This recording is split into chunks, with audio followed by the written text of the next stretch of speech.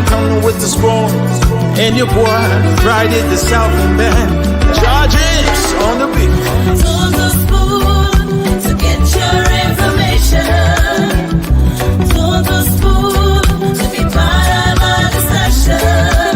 Spoon, spoon, spoon television. Spoon, spoon, spoon radio station. Spoon gonna tell you what is happening in Liberia. Spoon gonna tell you what is happening in Morovia. Spoon gonna tell you what is happening in Africa. Just to spoon, you will know. If the children crying for starvation, just to spoon. You want to get a news update, my brother, to spoon. You want to know what is happening in Moravia, to spoon. Politicians want to make their decision, just to spoon. You want to know what happening in the ministry, to spoon. Yeah, to spoon. Yeah, to spoon. You from Fonjema, Maryland, to spoon. Yeah, to spoon. If you eat Cape gradually, my brother, to spoon. You got a spoon TV, you got a spoon radio, to spoon. Yeah, to spoon. You wanna get a news update, to spoon. What? Yeah, Rastafari. Kilibamba, kilibamba, kilibamba, kilibamba, kilibamba, kilibamba. What I want? Yes, what you got today? Spoon TV. Spoon. Yes, what you got today? Spoon. Spoon TV. Spoon. Bada. Skidibidi dabado. Spoon TV. Spoon entertainment. Kua.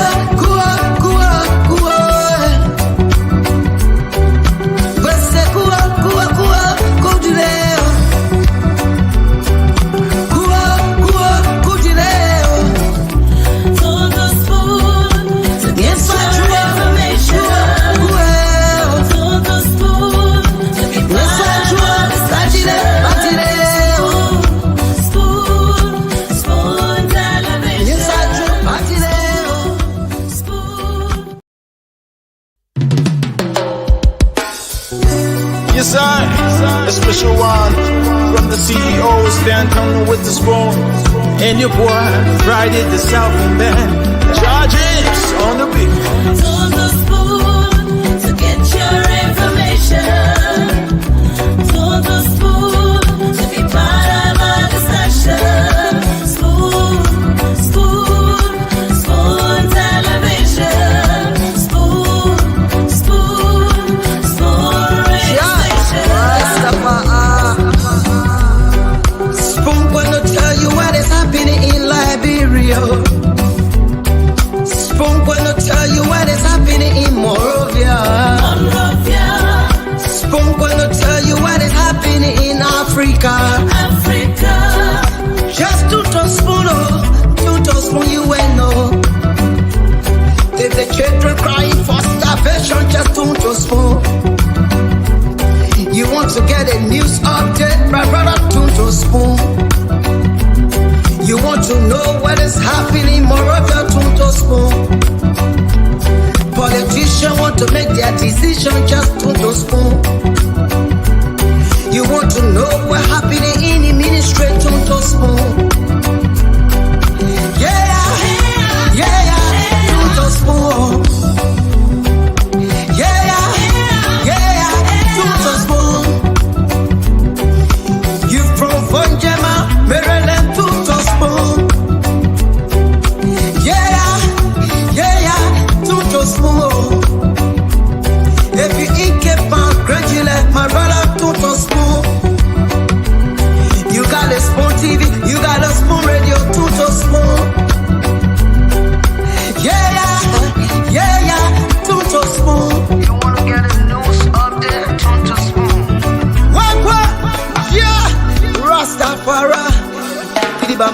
kilibamba, kilibamba, kilibamba, kilibamba, kilibamba. What I want? Yes, what you about today? School TV. School. Yes, what you about today? School. School TV. School. Bada bada bada bada. School. Skibidi da bado. School TV. School entertainment. Kua kua kua kua. Vese kua kua kua kudile. Kua kua.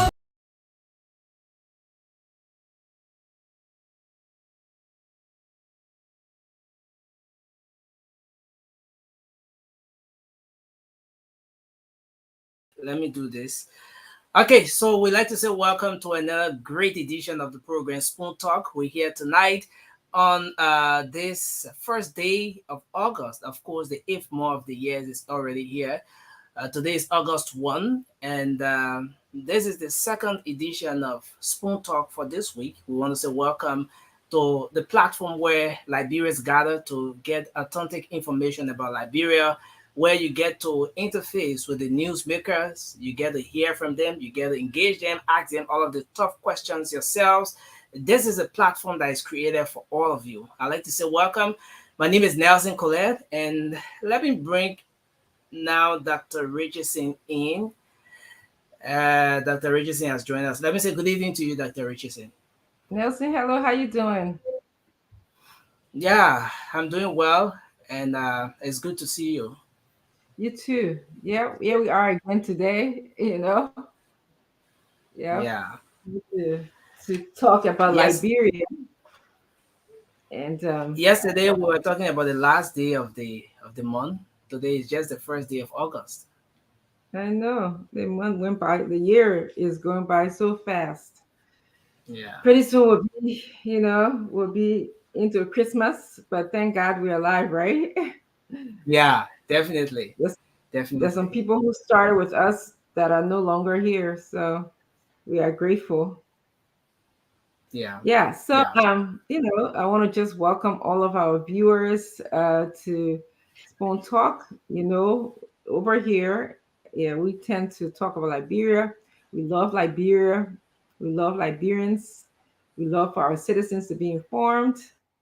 You know, because elections coming up, and we want you to make the best decision for our country. So we're going to be imparting knowledge. We will be discussing trending issues in the country. So we really thank you for joining us. Share the show if you haven't shared already. Call a friend. Get their devices together, and hop on to Spoon Talk. So Nelson, what's going on in our country? Any trendy thing? Yeah, so many training things today. So many Really? updates. Oh Yeah. wow! I've been completely isolated today. Yeah. Yes, so many things happening today. Just a quick update on the story we talked about briefly yesterday. Vivian. Talking about that video that was circulating or that's been Mhm, circulating. mhm, She was arrested by the Liberia National Police. mhm. Um, yes, and so the police has taken siege of the matter, and we understand that she's gonna be sent to court. There are several charges that were leveled against her, and so Vivian has been arrested. That's just a very quick update I wanted to give before moving on to the other developments. Yeah, I wonder if Naomi's gonna get some kind of medical attention. She will need it. She will need medical, Yeah, physical, logical. yeah. So Naomi Sekel is she's being heavily backed by some influential women in the country right now. The District 4 representative Rosalind Swakoko, along with other female advocates, women advocates in the country, and they are all, they've all getting involved with the case. That is Mm-hmm. how it even got the attention of the police so quick, and there has been an arrest, and so yes, so uh, I'm quite sure that she's going to get some medical attention, because that's one of the things that all of the different parties that I've been speaking to this particular case have highlighted. They've talked Mm-hmm. about the issue with the injury, the bruises, and everything, the injury she sustained as a result of the incident. And so the issue of medical attention is something that I believe they just consider. Though there hasn't been any public statement that I've come across so far with respect to that. But the Sure. fact that they are highlighting it, I think that's something they're going to look at. Yeah. All right. Thanks for updating us. We look forward to more news. Hopefully, she gets treated, and hopefully, the law will deal with Vivian in their own way, in its own way. Yeah. So, Mm-hmm. on the flip side, lots of happenings in the country today. I just like to start with this Unity Party, situation. There is this audio that has been circulating, especially on the social media, where Mm-hmm. the voice of Senator Prince Johnson, a voice Mm-hmm. believed at the time, believed to be the voice of Senator Mm-hmm. Prince Johnson, was heard saying that Mm-hmm. Senator Jeremiah Kwan is vindictive. He's very much vindictive, and he's aggressive and all of that. He can make a good vice president. And so Mm-hmm. today there was a press conference held. Uh, the MDR Governing Council head had a press conference today, Senator Prince Johnson. So at that conference, he spoke to many issues. He purposely called the press conference to address uh, a statement and a session that was made by uh, Garrison Yelu, one of those individuals from Nima County who has crossed over to the CDC camp, who is heavily campaigning for President George Weah right now. So according to Senator Prince Johnson, he was listening to the news and then he heard uh, Mr. Garrison Yelu, former lawmaker of the county, uh, referring to Senator Prince Johnson, as someone who has lost grip on Nima County, that he is no longer political godfather of the county, that in fact he is going to deliver Nima County to President George Weah, and Yep. that he also said that the lawmakers, the Lexus and the Prince Johnson, they all received some 4 million from government and so forth. So he called that press conference to debunk all of those issues. He said it's Mm-hmm. fake. First of all, he built his community college with his own money. It wasn't any fund from the government. And at the Really? press conference, he also said that uh, contrary to what Yelu is saying, he, Mm-hmm. Senator Prince Johnson, still remains the political godfather of Nima County, and nobody can change that because of the contribution that he has made to the county.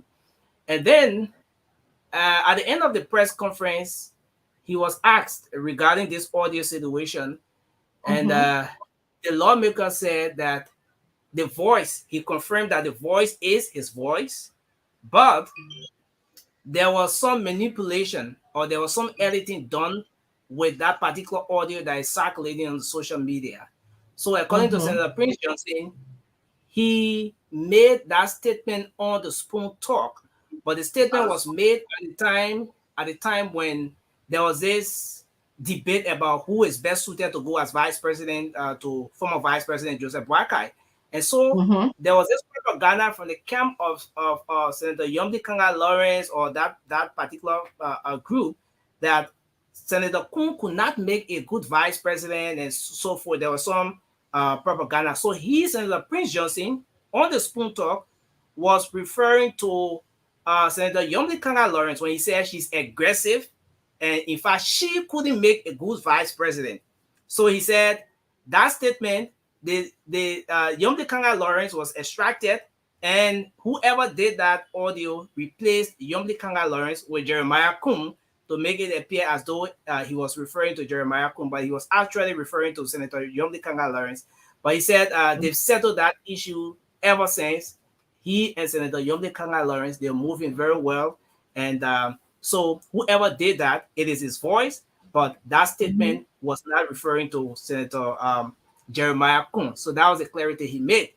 And then finally, he said that the biggest mistake that President George Weah ever made was to not live up to the agreement that they had when they sat behind closed door and decide how many government ministries or agencies that was supposed to be given to Nima County. He said if President George Weah had given at least 4 ministries to Nima County, that would have been something that he would work with. But he said it was the biggest mistake to give just post and telecommunication to Nima County when in fact nobody is posting right now. So that is just some of the update from Senator Prince Johnson's press conference today.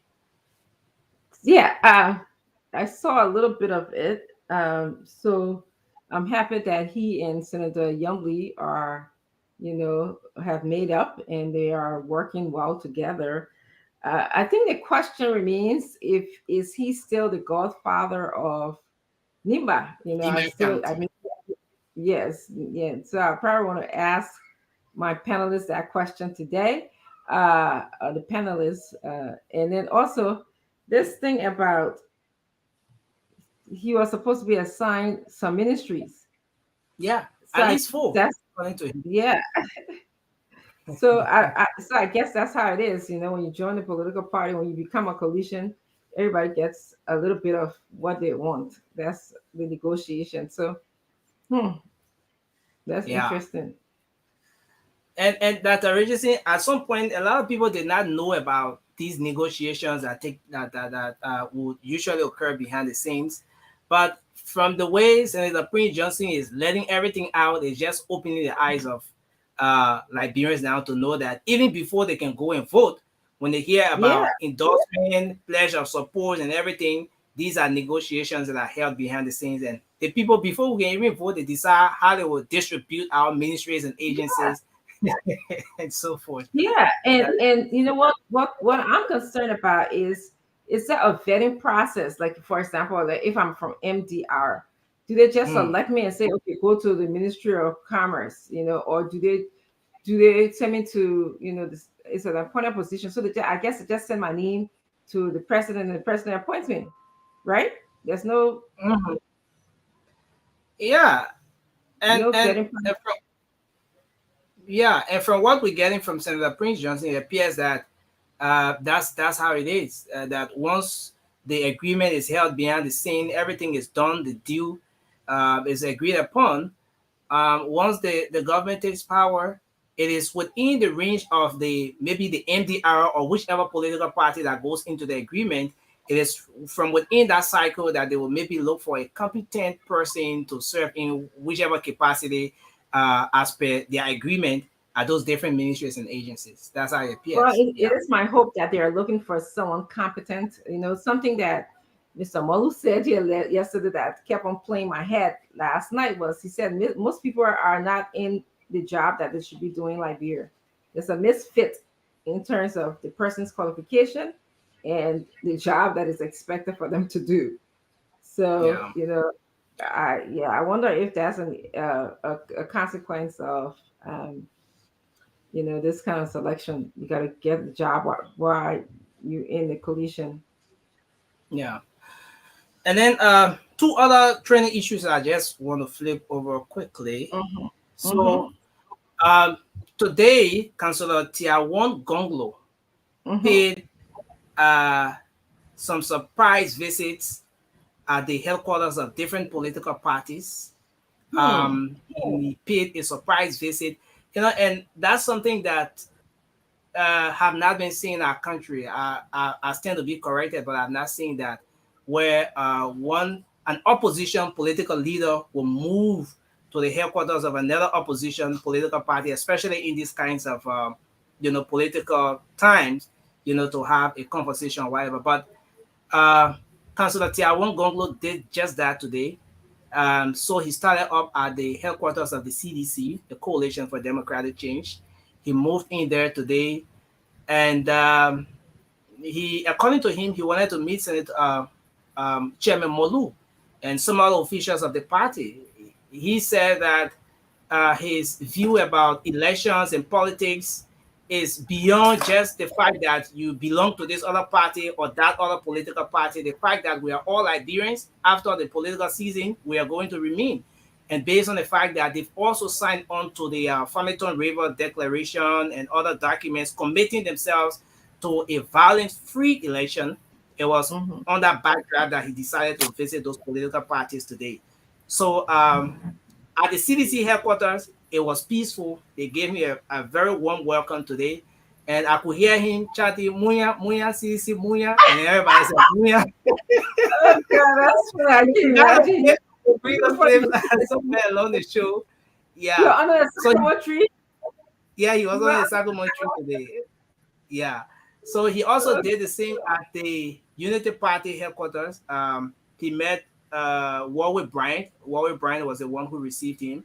The other officials were not there. He went at Lanu's political at Lanu's headquarters today as well, and the same message that we are all Liberians and politics is here, but it will come and go. But that we should all commit ourselves to a peaceful election in the country.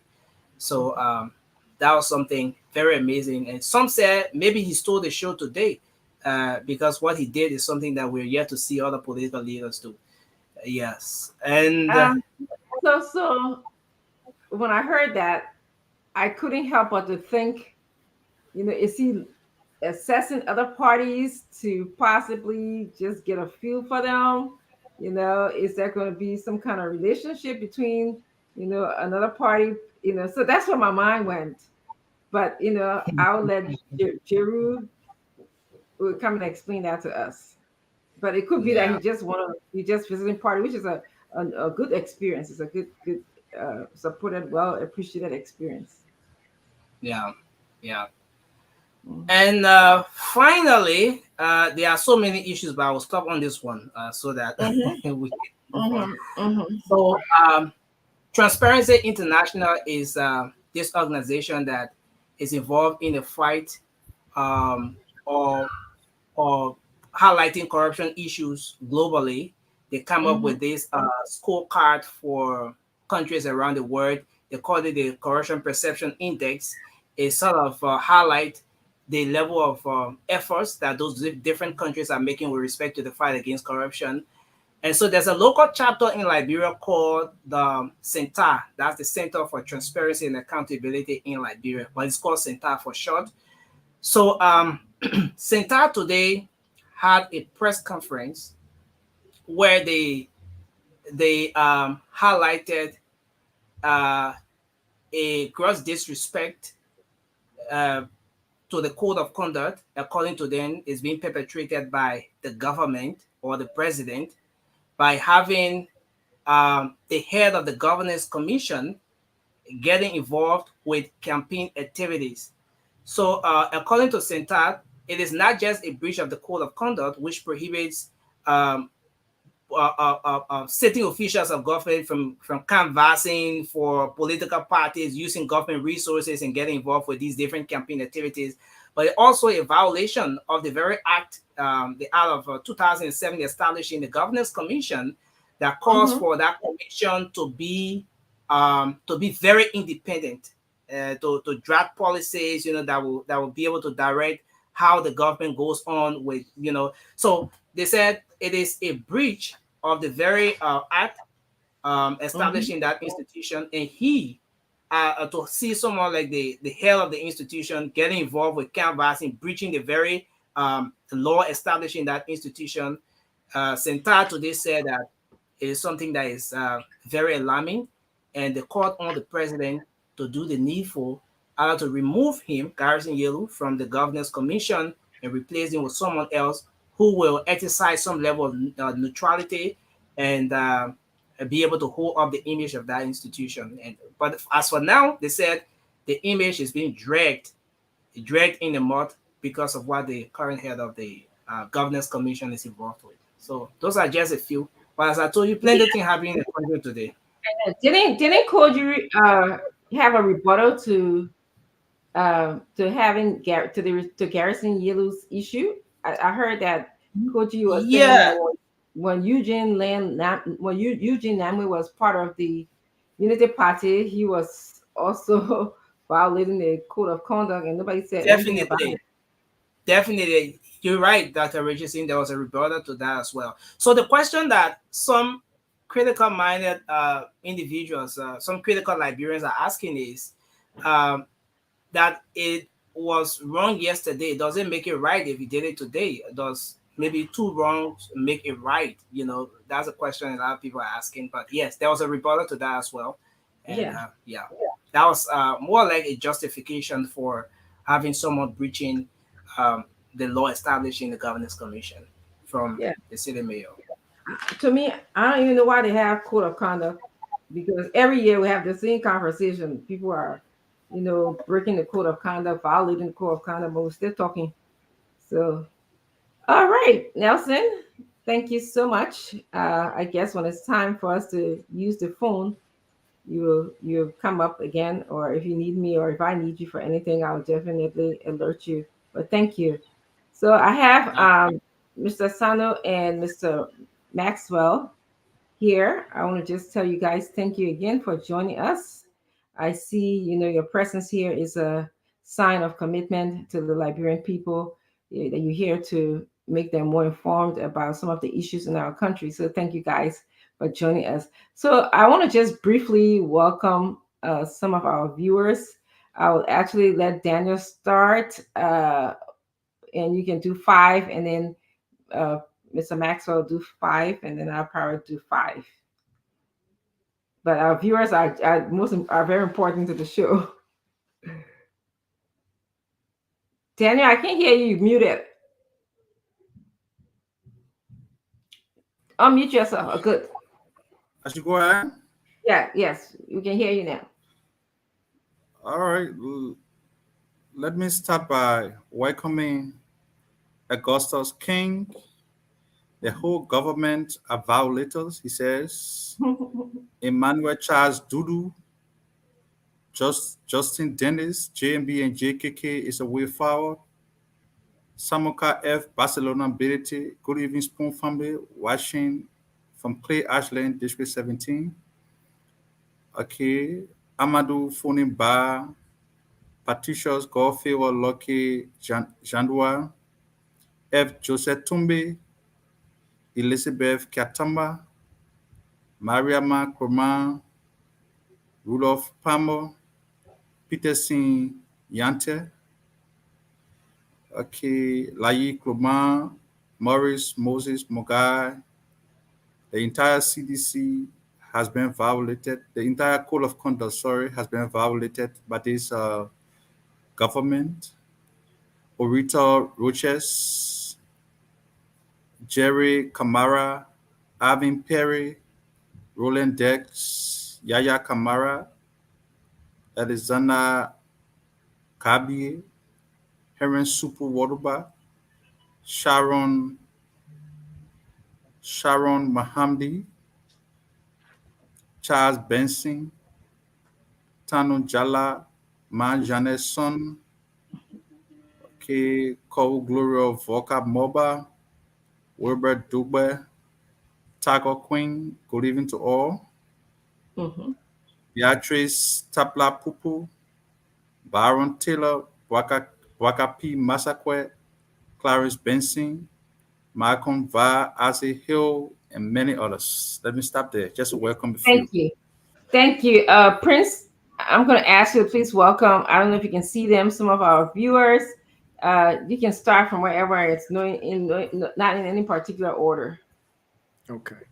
To the viewers of Spawn TV, I cannot see you guys from here, so I apologize if I'm not calling out your name like my colleague Daniel just did. But I would like to welcome you all to this program.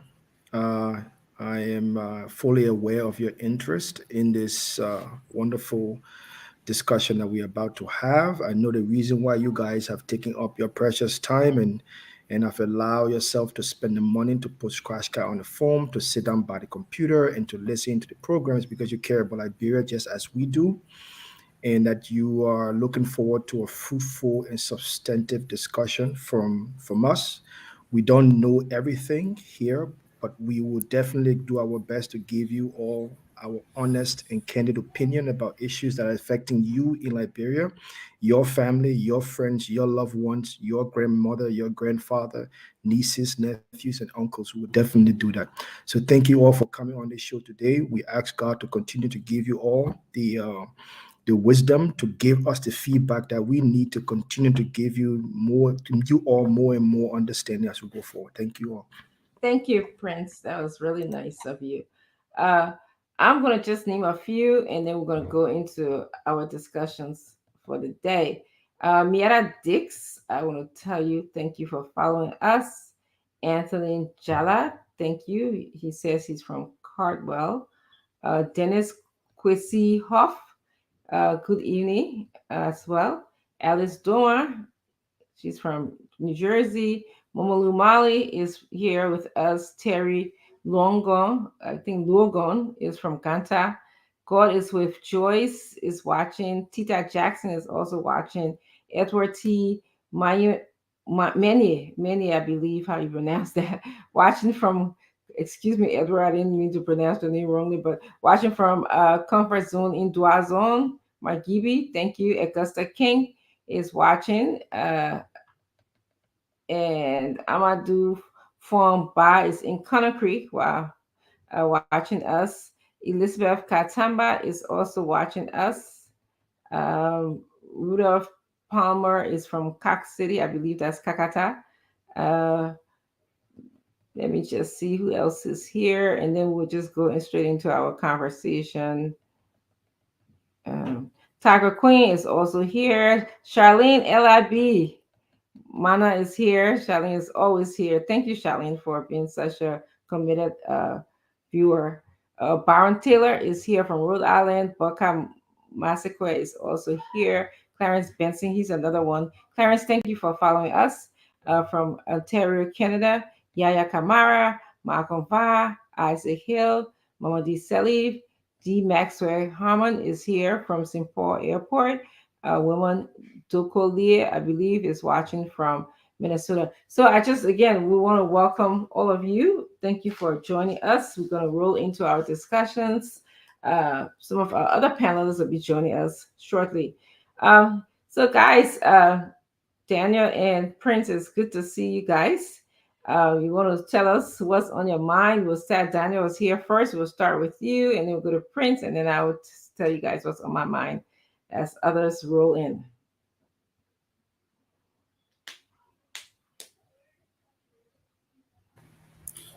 Let me go first. Yeah. Okay. So it's good to be back here. And the other day, well, yeah, it was very heated. It's all good for our country. I can't remember. Yeah. Daniel, what happened? I can't. Was I here? You ran away. You caught class that day. Yeah. Oh my goodness. But I think it's good to be back on Spoon. Now, the Liberian people are looking up to the elections, and we are here to help guide the process because electioneering politics comes with a lot of misconceptions and conspiracy theory that tend to dissuade the minds of the voters. So people look up to what we say to guide a decision. But basically, I think what is on my mind uh, has to do with the inability of the weird government. You know, let me first of all say that everywhere around the world where an incumbent government is going for re-election, that incumbent government will use or is expected to use its successes and gains to premise the argument for its re-elections. Uh, we see that around the world for also further international politics. Right now, in the United States, Joe Biden is boasting of stabilizing the U.S. economy, creating more jobs, and even boasting that his government has reestablished America's dominance in world politics. So you see, he's using that as a stepping stone to justify why his government should be re-elected by the people of the United States of America. In 2011, in Liberia, we witnessed a Saliva administration talking about we've made gains, we started projects, we need to complete what we started, so we need a second term. And what are some of the things the Saliva administration started? For example, 2011, you saw there were ADC were non-existent. I mean, so after Liberia qualified for the compact, investment were made into the hydro project. So you said small light today, big light tomorrow, right? The economic and growth corridors were being opened by the SEDIF administration. So they use all of those projects to justify why the Liberian people should give them a second term. And their argument made sense. But surprisingly, what we have witnessed or what we are witnessing under the CDC government is that the government, instead of focusing on its bid for re-election to say we're seeking second term because we have done so much for the Liberian people and we cannot afford to let go, and we need a second term to complete the things we started. They're not doing so. The government is basically peddling lies. Peddling lies. If at some point they were not saying that the opposition camp is going to crumble tomorrow, they're in the business of dotting recording. A show what do you call the journalist from Spoon just talked about the recording that was circulating on radio stations in the morning. It's very Friday. We had pro-regime radio station talking about, oh, Prince Johnson has opened up on Jeremiah Coon and everything. It's just sickening. It is just sickening because no logical person would do what they're doing. So from all indication now, the CDC government is ashamed of its own record. So that's why they're trying to divert the debate. They're ashamed of the record because they have not done anything significant to persuade the Liberian voter to give them a second term. So they're trying to delve into subversive tactics, diversionary politics. St. Georgia is this, Joseph Boga is this, St. Georgia is this, Arizona Comey is this. It just second means that I think it even strengthened the opposition quest to unseat the government to a greater extent because they do not have anything to offer. They're not defending the record. You should be able to defend your record if you show that you've done significantly well, that your government deserves a re-election. You should be able to speak to your record. Look, we opened major corridors. We provided jobs for our people. But when the finance minister of the country tells you that from 2018 up to present, the PAPD that talk about creating 1 million jobs and lifting 1 million people out of poverty, they're not being able to do so, that is an admittance of failure. Yeah. And that I can now understand why they're not speaking to the accomplishment. Because the accomplishment is just about stockpile of failures. That's why they are diverting the conversation, and they are now in the business of putting cut and paste, recording and putting it out to say, oh, somebody is saying this about this person. Well, all year when Senator Johnson made that statement on Spoon, and we responded, he came and said that Senator Lawrence is a colleague. He apologized and retracted the statement. So there's no reason why anybody who wants to seek power should even be in the business of doing that. So, for me, it just speaks to how desperate the government is because they are ashamed of the record. They cannot defend their own record. And that's why they continuously try to hit below the belt in terms of the political argument. I think we should be able to speak to the issue. If you've done well, speak to your record. I created jobs. I fought corruption. And, I built the police. I built the army. So that's it. Yeah, actually, I want to come back to you. I want to welcome Stanton to the show, but we're going to go to Prince right now. I want you to think about a significant project or success of George Weah. I want to be fair to him. So maybe we can think about it. Let's think and see what has he done significantly in Liberia that we can, it's not like we want to make up stuff here, but let's think about it, Daniel Sanders. Mr. Maxwell, what's on your mind? Liberia's on my mind. The people of Liberia are on my mind.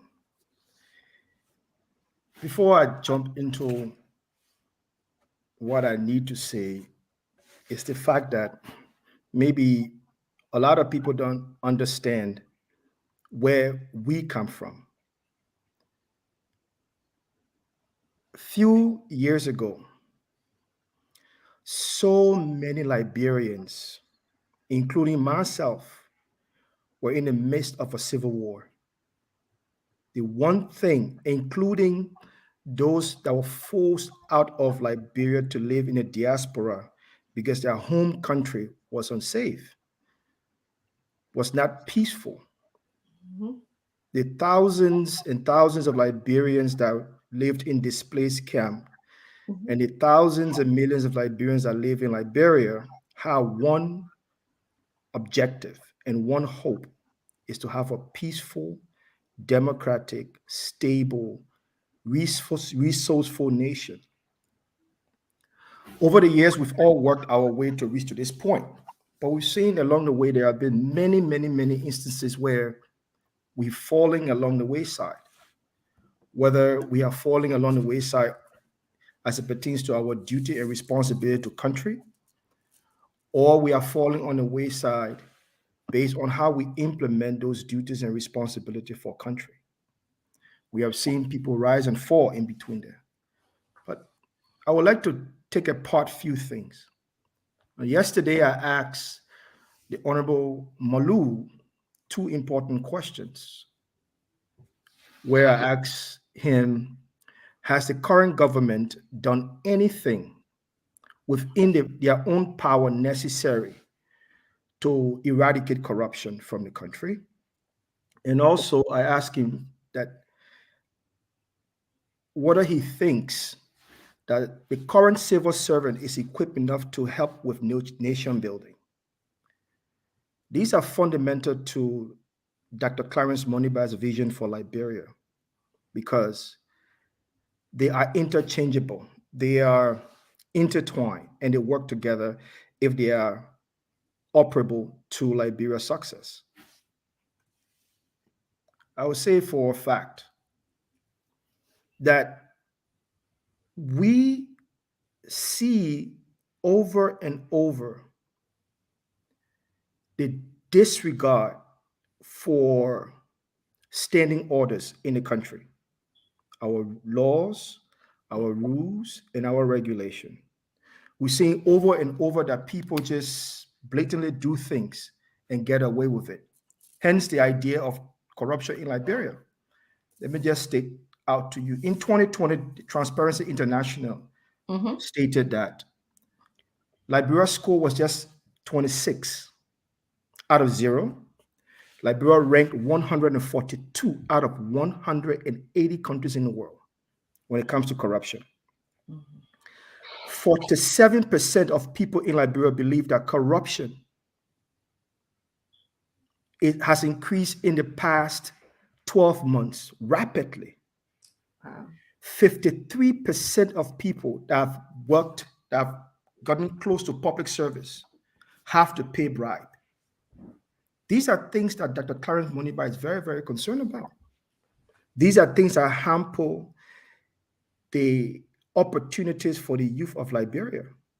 These are things that are diminishing the economic gains that households in Liberia should be enjoying. These are things that are increasing prices in Liberia. We have seen over and over that the more corruption increases in Liberia, the more we increase in poverty. And let me state the poverty rate so that ordinary Liberians understand what they are living in, what we have developed through the current government that we now have in Liberia.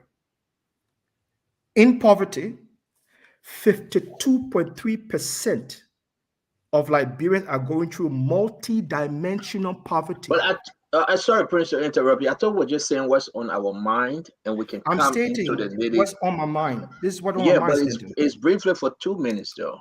I But haven't even without going gone on, 1 minute straight. you have gone 3 minutes 14 seconds. So The idea is to understand where This guy we are. really want to sell Mr. Dr. Motoba, and I like that. But when we get to the conversation, then we can get to it. Let's just give our own intro. That's my intro. And these are Yeah, the but facts of the intro. correct. But And you have gone a little over 3 minutes. I respect that. And I can stop. Thank you. So And I will Dr. continue when I have more time. You went out of order. This guy in Collins. Thank you all for Dr. listening. Richardson just lead moderator. You just enjoying Prince. I Wow. have Daniel Sandler talk just as It's been a long time since you have somebody in your corner. So I believe that you're using every that's not opportunity the to issue. allow Actually, Prince to flow. Daniel Because if talk. that Daniel Sano you were attacking, if that's me, you will attack me. If that That, Fagon or Fadika, you will attack them. that's one of But my you name. got Jeru Gibson and now Prince in your corner. Curiosity. You allowing them to flow. I mean, Daniel Sano, you got to No, speak on Daniel this Sandler thing. talk. I mean, he actually started it. He the one started this whole. She allowing her Yeah, people to but I flow. spoke. I spoke in just under 2 minutes, and you said it was Yeah. sufficient. That's not true. I'm watching the flag. I'm As watching the Prince flag. was speaking, you were just apparently you were She mesmerized. enjoyed. She just like. I'm wondering what's going on, but that's okay. We'll have Just our say time. under 2 minutes. Say under 2 minutes. No. We'll have our time. Well, I'm coming in now. Yes. Okay. So my 2 minutes start at 4:47 Yes. Eastern Time, US. I want to Yes. say greetings to everyone. A beautiful show yesterday. And forgive us if we ended the show wrongly. I wasn't on, but we're here on the new day and the new time to really discuss the issue about Liberia. And Prince is quite correct. Liberia is on my mind as well. It is important that we talk about the issue. I do believe that this election is about the people and George Manawea, period. The people representing the opposition to CDC, whether you're from Dr. Moluba Party Lino, whether you're from the LPP, the CPP, the UP, whichever party you find yourself, and any groups for that matter. This election is about the Liberian people versus George Manawea. I hope we all can understand that with less than 73 days to go, it is important that we speak truth to power. They may not like it, but it is important. I have a video and I want to play that video, which is touching to my heart. One of the leader, of course, we are not accepting coup in our country. We should never ever. But he says something.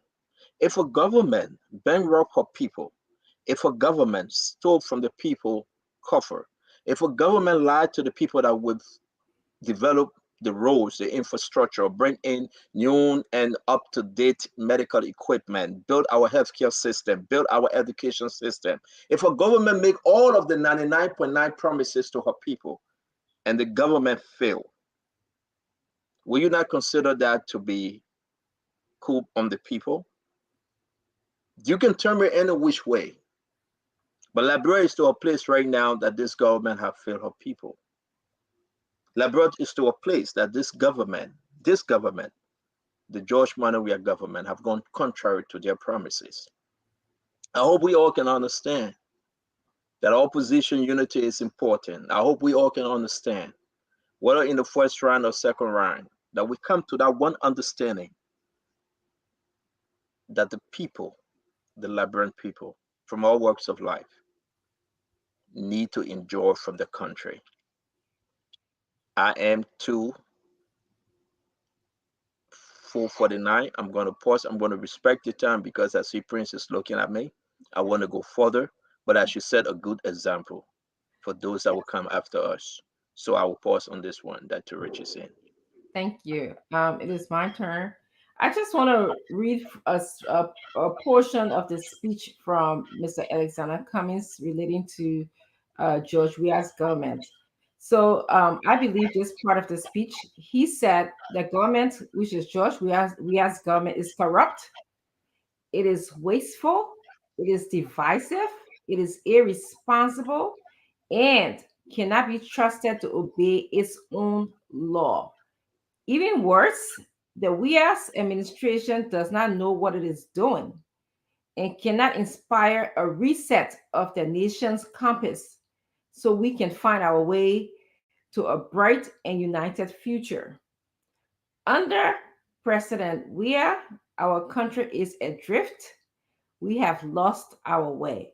So when Mr. Cummings gave his last speech, that's what he said.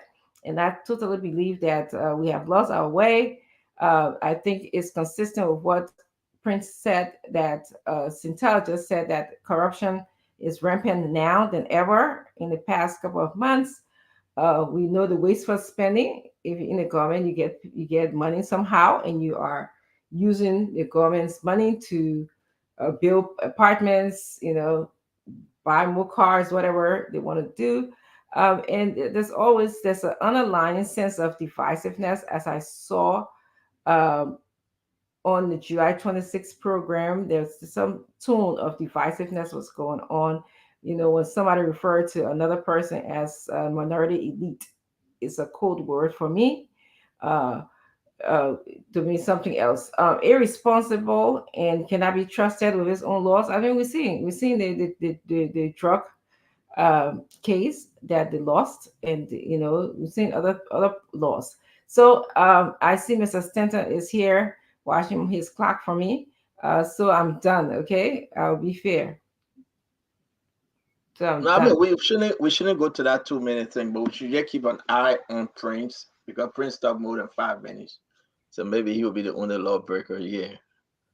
Thank you. So this person here, I think that Billion said the problem with Spoon Show is except Dr. Richardson, everybody talks and talks and talks, no stop. Thank you, Didion. That your relative, that person related to you, so you won't expect nothing contrary to that. Uh, but listen, guys, can I just say this real quick? The female, surprisingly, someone sent this to me, Dr. Richardson, and we about to play it. The Mhm. female lawyers, Yes. Daniel Sando, they had a press conference today, and they are pointing to Alexandra Zoe, that is endorsing George Weah and asking them to meet with the president. And who is Alexandra Zoe? She was recommended and nominated by the president as one of the commissioners for LACC. Am I correct? Isn't it a conflict? I'm just bringing this up because I'm shocked. Would that not be a conflict if this woman is campaigning for President George Weah and the president is asking her to head LACC? Can we just take a bite on this real quick and just give me your You want me to 2 speak? cents? Yes. So the other day I said that part of the credit we're going to give to George Weah when he leaves the presidency is that credit for breaking down every fabric of the Liberian society. Come to think about it, before Weah assumed the presidency, there were independent voices. AFL, the Federation of Liberian Youth, the Civil Society, the Liberian National Student Union, the Council of Churches, Mhm. the Interreligious Faith Council. These were critical voices in the Liberian society that were very outspoken to societal verses. Today, what do you see on a George Weah? What do you see on a George Weah? So we got to credit George Weah for breaking down every system that he inherited. Councillor Alexandra Zoe is a daughter of Councillor Zoe, who is a long-term seditious. He's a long-term seditious, very unapologetic about being CDC. I'm told that when George Weah won the presidency, he was opting to go as the Supreme Court. He was snubbed. He used to be one of the in-house lawyers at NEC. He wanted to go on the board of commissioner of the NEC. He was snubbed. So finally, George Weah rewarded him by appointing his daughter at the LACC. So they now have to show support, even if it meant breaking down or violating the established rules of this organization. They don't care about it. They do not care. So we have to credit him. The man has succeeded in breaking down every system. Lisu is no more. Fly is no more. The council of churches, the pastors are not honoring him. They're forming their own auxiliary for George Weah. What is going to be left of Liberia after George Weah leaves the presidency? You know, this is the extent to which the decay has affected our society. The executive mansion, the legislature is not just dead, but every critical voice in the country has been compromised. Because George Weah is doing good, because everybody at the leadership of the organization are self-seeking.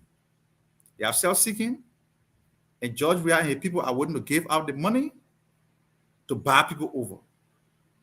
So Martin Colley did a post informing the public that on last evening, members of AFL met with the CDC campaign chair at Jamaica Resort, and that AFL was about to endorse George Weah. That post put them in Zeritule, and they had to come up to speak today. But it's true that some lawyers from AFL are about to endorse George Weah. Whether it's for the good reason or it's in an attempt to appreciate him for appointing Councillor Zoe, it is up to them. But it is just sad for our country that people do not have respect for the rule of law, because there are institutions that should be apolitical. When you come and you want to draw everything to politics, you are destroying the fabric of the society. And people who are on the political stage right now would not realize it. They think they are doing it to their own benefit, but are destroying the country. There are things that happen here every day. The council of churches no more speak out. The female lawyer no more speak out. Because they are all compromised. It is a sad moment for our country. Yes. Prince? Yeah, Stanton. This conversation goes deeper than just the ordinary cascading conversation that we are having about the president and other people working on behalf of the president while they are still in government. The deeper argument to this is something that our judiciary will have to take a look at, and Dr. Clarence Monima has been clear about this. Is political appointment and the will and pleasure of the president. Let me just give you guys a little gist of it. In Article 56 of the Liberian Constitution, it says all cabinet ministers, deputy, and assistants, to cut it short, the president, pursuant to this constitution, shall hold their offices at the pleasure of the president. At the pleasure of the president. So if the pleasure of the president is for you to leave your office and go run campaign for him, what can you do? We have narrowed the field as it pertains to constitutionality in the country.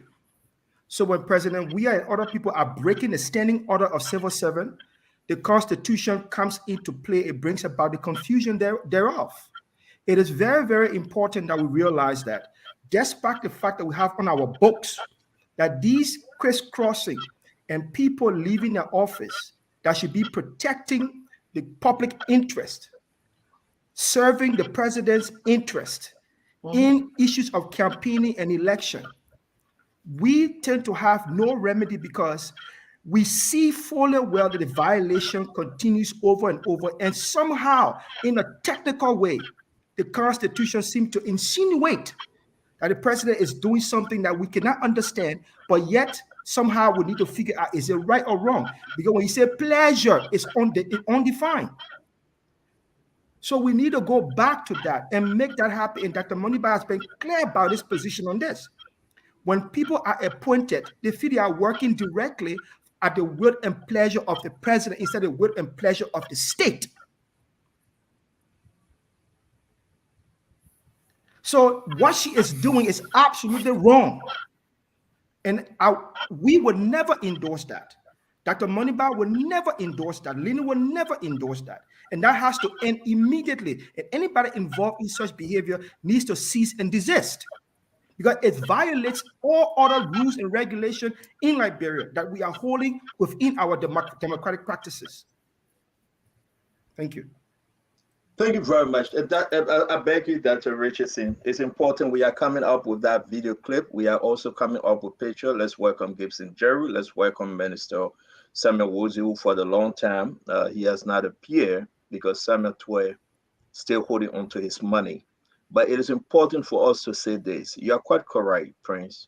Uh, uh, Within their own guidelines and constitution, 6.5 of the LDCC, a person nominated to serve on the commission who is an active member of any political party shall publicly resign before confirmation by the Liberian Senate and appointment by the president of of Liberia. He or she shall, during the confirmation process, declare his or her access and any property interest, which declaration, unless, so let's say this, something is just not right. Something just not correct, Gibson. This woman serving as the board chair for LTA, Councillor Alexander Zoe, President Ware went and tapped into her and said, I want you to help the new LDCC, whether there's an old or new, but I want you to be the boss. June 8th, the announcement came out. We are understanding that now she's on the campaign.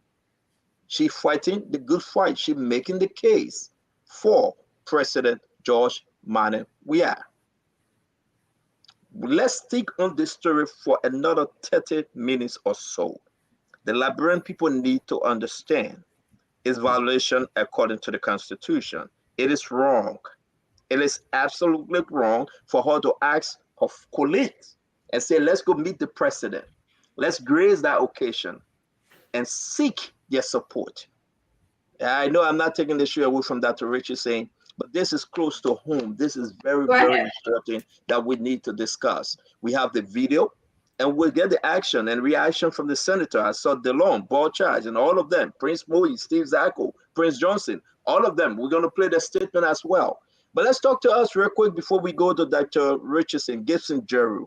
What's your take on this Alexandra Zoe now campaigning for CDC and George Weah? Why now she will be the head for LDCC? Can the Liberian people trust her judgment on corruption? You're muted, sir. So LACC is supposed to be the Liberia Anti-Corruption Commission. If I'm correct, it's a turning position for a reason. It is a turning position because the individuals serving on that commission cannot pledge any loyalty to anybody, any party at all.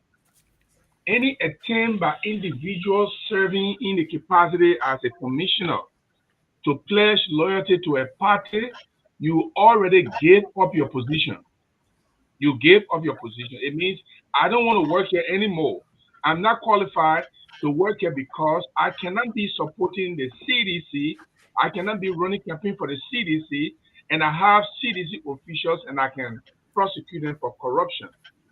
That is a no-no for me, and I think she needs to be withdrawn. And if she cannot be withdrawn, the Senate can cast a vote of no confidence in him, in her. Because that's the only way. And even though vote of no confidence in Liberia is basically not effective, because once the president decides he still wants to deal with that person, he will still deal with them. But fundamentally, it's wrong. That is why it is a training position. You cannot be an anti-corruption person. You're supposed to be checking corrupt officials. You can be checkmating the government actors, parastatals, and managing directors, ministers, and you and them are together running campaign together.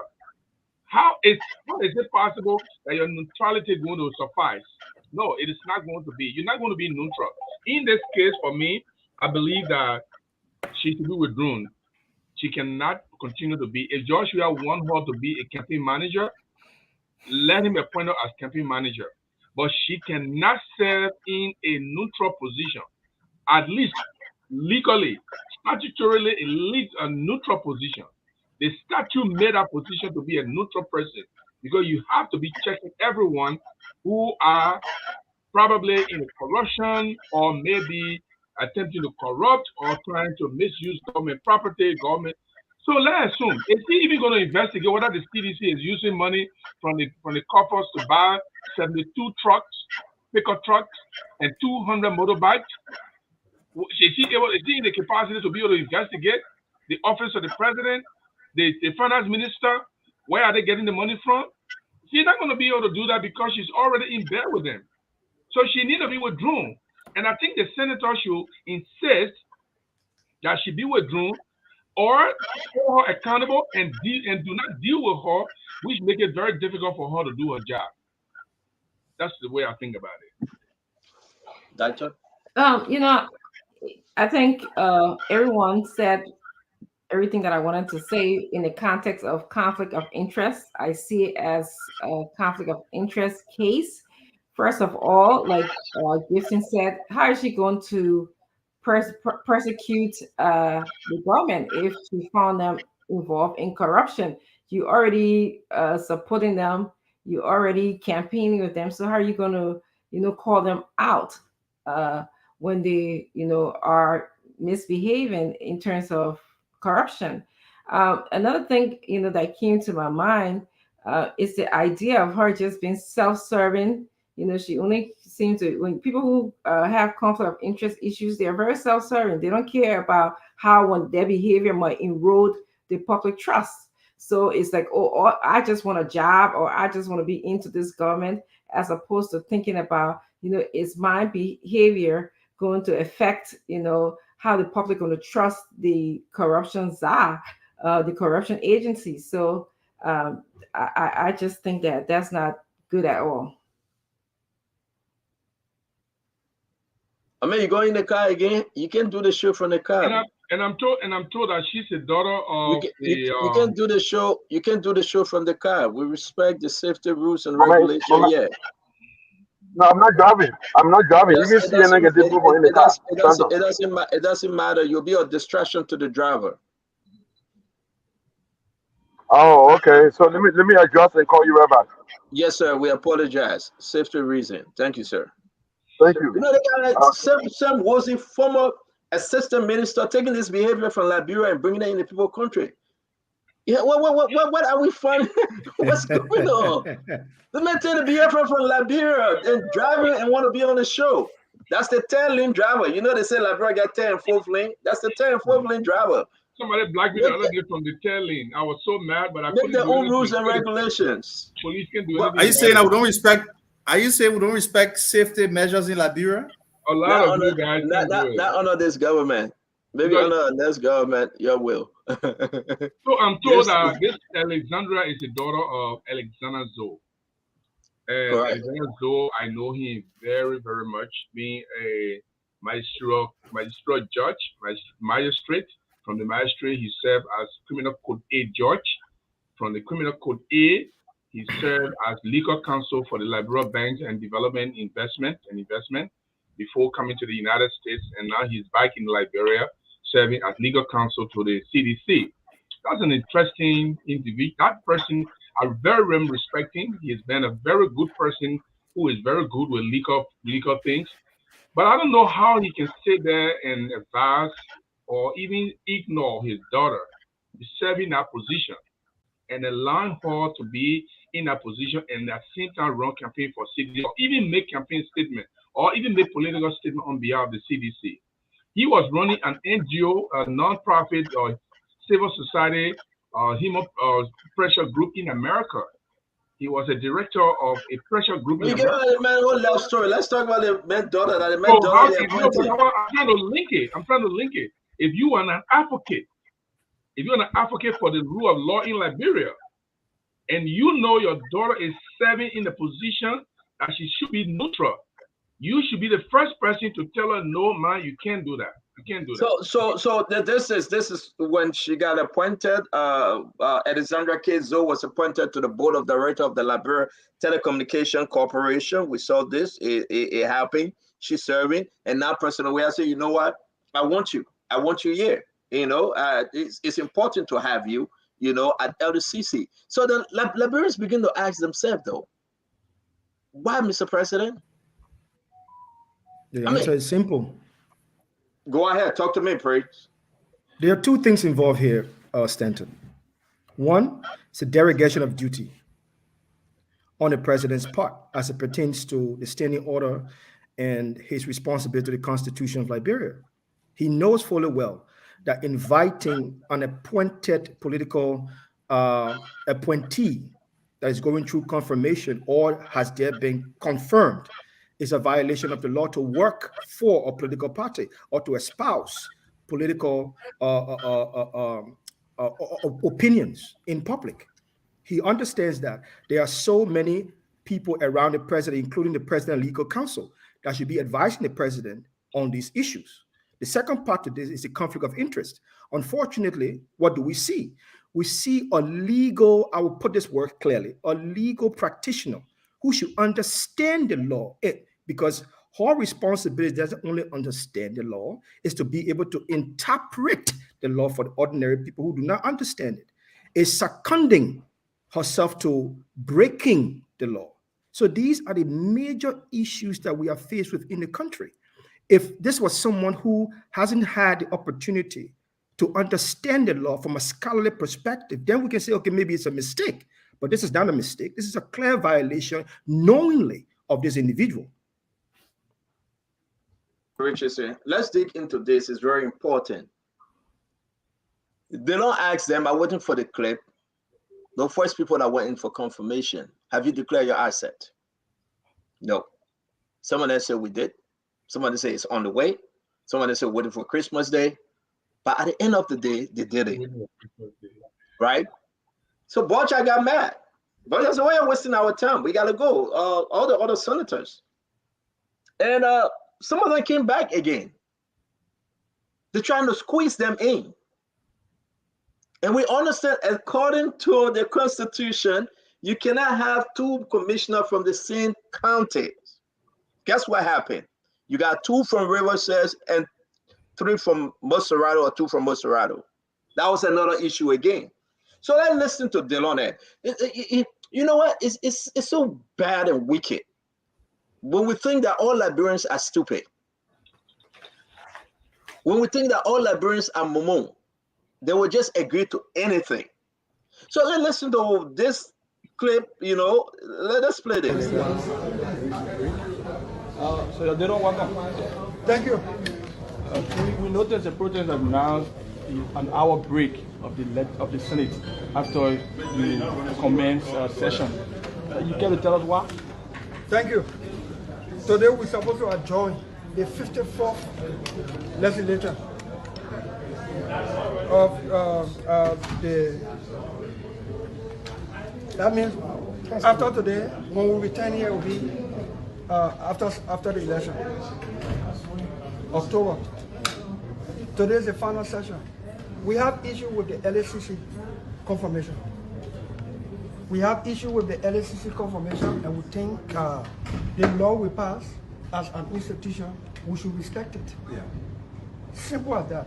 The LACC Act says the LACC will be the new repository of asset declaration. They will hold people accountable and possibly punish people through the courts if they don't declare, if they falsely declare, and they will compel compliance. 2, the new LACC law says people nominated on LACC should declare their asset before they are confirmed. We have not seen any such asset declaration. That's section 8, section 6.8 of the LACC Act. Yeah. Section 6.12 of the LACC Act says no two commissioners should come from the same county sitting on the commission at the same time. Majority of the nominees, they come from the same counties. And I think it is utterly wrong for us to knowingly confirm these people to the institution that's supposed to be ensuring integrity in the constitution in the country. I think the flow suggests that the chair or the presiding does not have the number. So he called for 1 hour break. Maybe hoping he can do more consultation, or hoping that some of us who are standing up against this, we get tired of going home. But like the music writer said, we're not going nowhere. We're right here. That's a good one. Senator, you said some of the. So, at the end of the day, they're doing the DMX thing. We ain't going anywhere. But let's just face it though. Daniel Sando, how can Sir Joseph and Edward Snow and the rest of them even have that draft face to say it's okay? No two commissioners should come from the same county. Simple, right? Declare your asset. Simple. But John Molu said yesterday that the president should have an office. When he wants to appoint someone, they should vet them. These are the reasons why Sir Joseph and my own friend Sir Joseph, Edwin Snow, my own friend Edwin Snow, and the rest of them will say it's okay that we should close our eyes on that major important issue, and confirm these people. Well, I mean, why are we doing this to our fellow Liberians? Daniel Sando, Dr. Richardson, Gibson will go back to Prince. But Stanton, that's the extent to which the system has been compromised. Because come to think about it, the law that is being talked about here was not enacted by Daniel Sando and Stanton Waterspoon. That law was enacted by the very Senate, by the very legislature, that is now prepared to violate the very law it enacted only because they cannot afford to stand up to George Weah. That is the extent of the decay in the system that I talked about from the beginning. The legislature is compromised. There are people in their majority who cannot stand up to George Weah to say this is wrong. So even if it meant violating the law that they themselves passed, they would do so. Because let's assume that they even succeeded in getting the number to pass to have people confirmed. A member of the public, a member of the Senate could sue. They could be sued for violating the law that they enacted, because it's a clear violation of Section 6 and Section 8 of the new LACC Act. But they don't care. In as much as George Weah is certified, these people don't care what it takes to have George Weah certified. So let me bring that to Richardson, and I know hold the rest of your talks on this. They were lucky to have gotten the number on that day, not to have them confirmed. I'm sorry, Daniel. Sorry, I think we're skipping with a few seconds delay. Dr. Richardson, though, right now, okay, it's there, it's written, black and white. Black and white. You have 15 senators up for re-election. Daniel Sando said what they want to do just to satisfy President Weah. But yet instead, though, you have 15 senators up for re-election. Mm-hmm.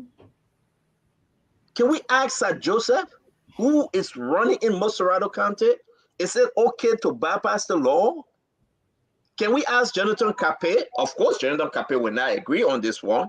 Is it okay to bypass the law just to please George Manneh Weah? Can we ask those folks that are running again and putting everything on the line? Is it okay just to satisfy George Manneh Weah that we can bend the Constitution? Why are we doing this to our fellow librarians? Dr. Richardson, talk to us. We have the other clips ready. Yeah, and shortly, they are disrespecting the Liberian people, just disregarding the Liberian people. And I hope Liberians are listening, because you're going to have to be the one hiring them again. Like Stanton said, there are 15 of them that, up for election. So I think this disregard, this disrespect for you should be put to a stop. Because if they don't follow the law by declaring their asset, how would they be able to expect other people to follow the law? I mean, if they don't respect the law, how should you expect other people to respect the law? So in the end, I think again, this president, he takes Liberian people for a joke. He doesnent respect them. He just think, sometimes I think he doesn't know what he's doing, but I really think he does know what he's doing. He have gotten away with with this type of nonsense too many times. You know, he just have gotten away with disregarding other people. You know, safety, the public trust. He disregards the public trust. So you know, he needs to get out. Gibson, what we keep praise for last, Gibson, disregard to the rules of law. Disregard to the rule of law, Gibson. Hey, man, you have 15, you have 30 senators, 15 of them on the ballot. We're about to put the names up. 15 of them. Some men and women. Some men and women. Why are they doing this to Liberia? Just to please President George Manuel Weah. Why? They have the power to say no, as per the Constitution, to say no on this confirmation. The people have not declared the asset. One of the key issues, 6.12, the people have not declared the assets. You're getting two of them. Just President Weah, he doesn't care. So we will get two of them from Monserrado. We'll get three of them from Riverside. We'll get 100 of them from Grand Gide. And we're sitting here and why they even entertain them? And Aboche trying to squeeze the thing. Aboche is fighting. Aboche feel within himself that he got to make the case and fight the George Weah fight. Talk to me, Gibson, but this is bad for our country. You can just imagine if we have two LACC commissioners from Grand Gide. That would be a concern that I would be messing with. But look, I have two ways to do it. First of all, these are the problems, the rule of law issue that Councillor Gongo has been talking about from time to time, the violation of the rule of law, the violation of the law, flagrant violation, not just violation, flagrant violation. But I have another way to talk about it. Now we know that even in the face of George Weah seeking re-election, he is brave. He is flagrantly brave to appoint people or to allow people to participate in a commission, nominating people from the same county that are not supposed to be, and the people who are being nominated, I don't know who is doing the vetting for him. Maybe you wake up soon in the morning and say, I think I like this girl. I think she can do this for me. And you point, oh, I like this guy. I think he can do this for me. I don't know if this is what he's doing. But stand on, let's worry about this. Because if George Weah is seeking re-election, and he is so brave and arrogant and disrespectful, disobedient to the rule of law, what happens if we Liberians gave George Weah a second term? This country is doomed. There will be a grave, flagrant, and arrogant violation of the law, and we have no recourse because in that part of the Constitution that say whatever the president does during his tenure can want to erase, want to have a constitutional amendment to erase that thing from the Constitution so that presidents will be prosecuted for their flagrant action after they have left office. If we allow George Weah to get a second term, Liberians, if you are listening to me today, if George Weah, while he is seeking re-election, he wants to be your president for the second term, but he is insulting the law. He is standing on the flag.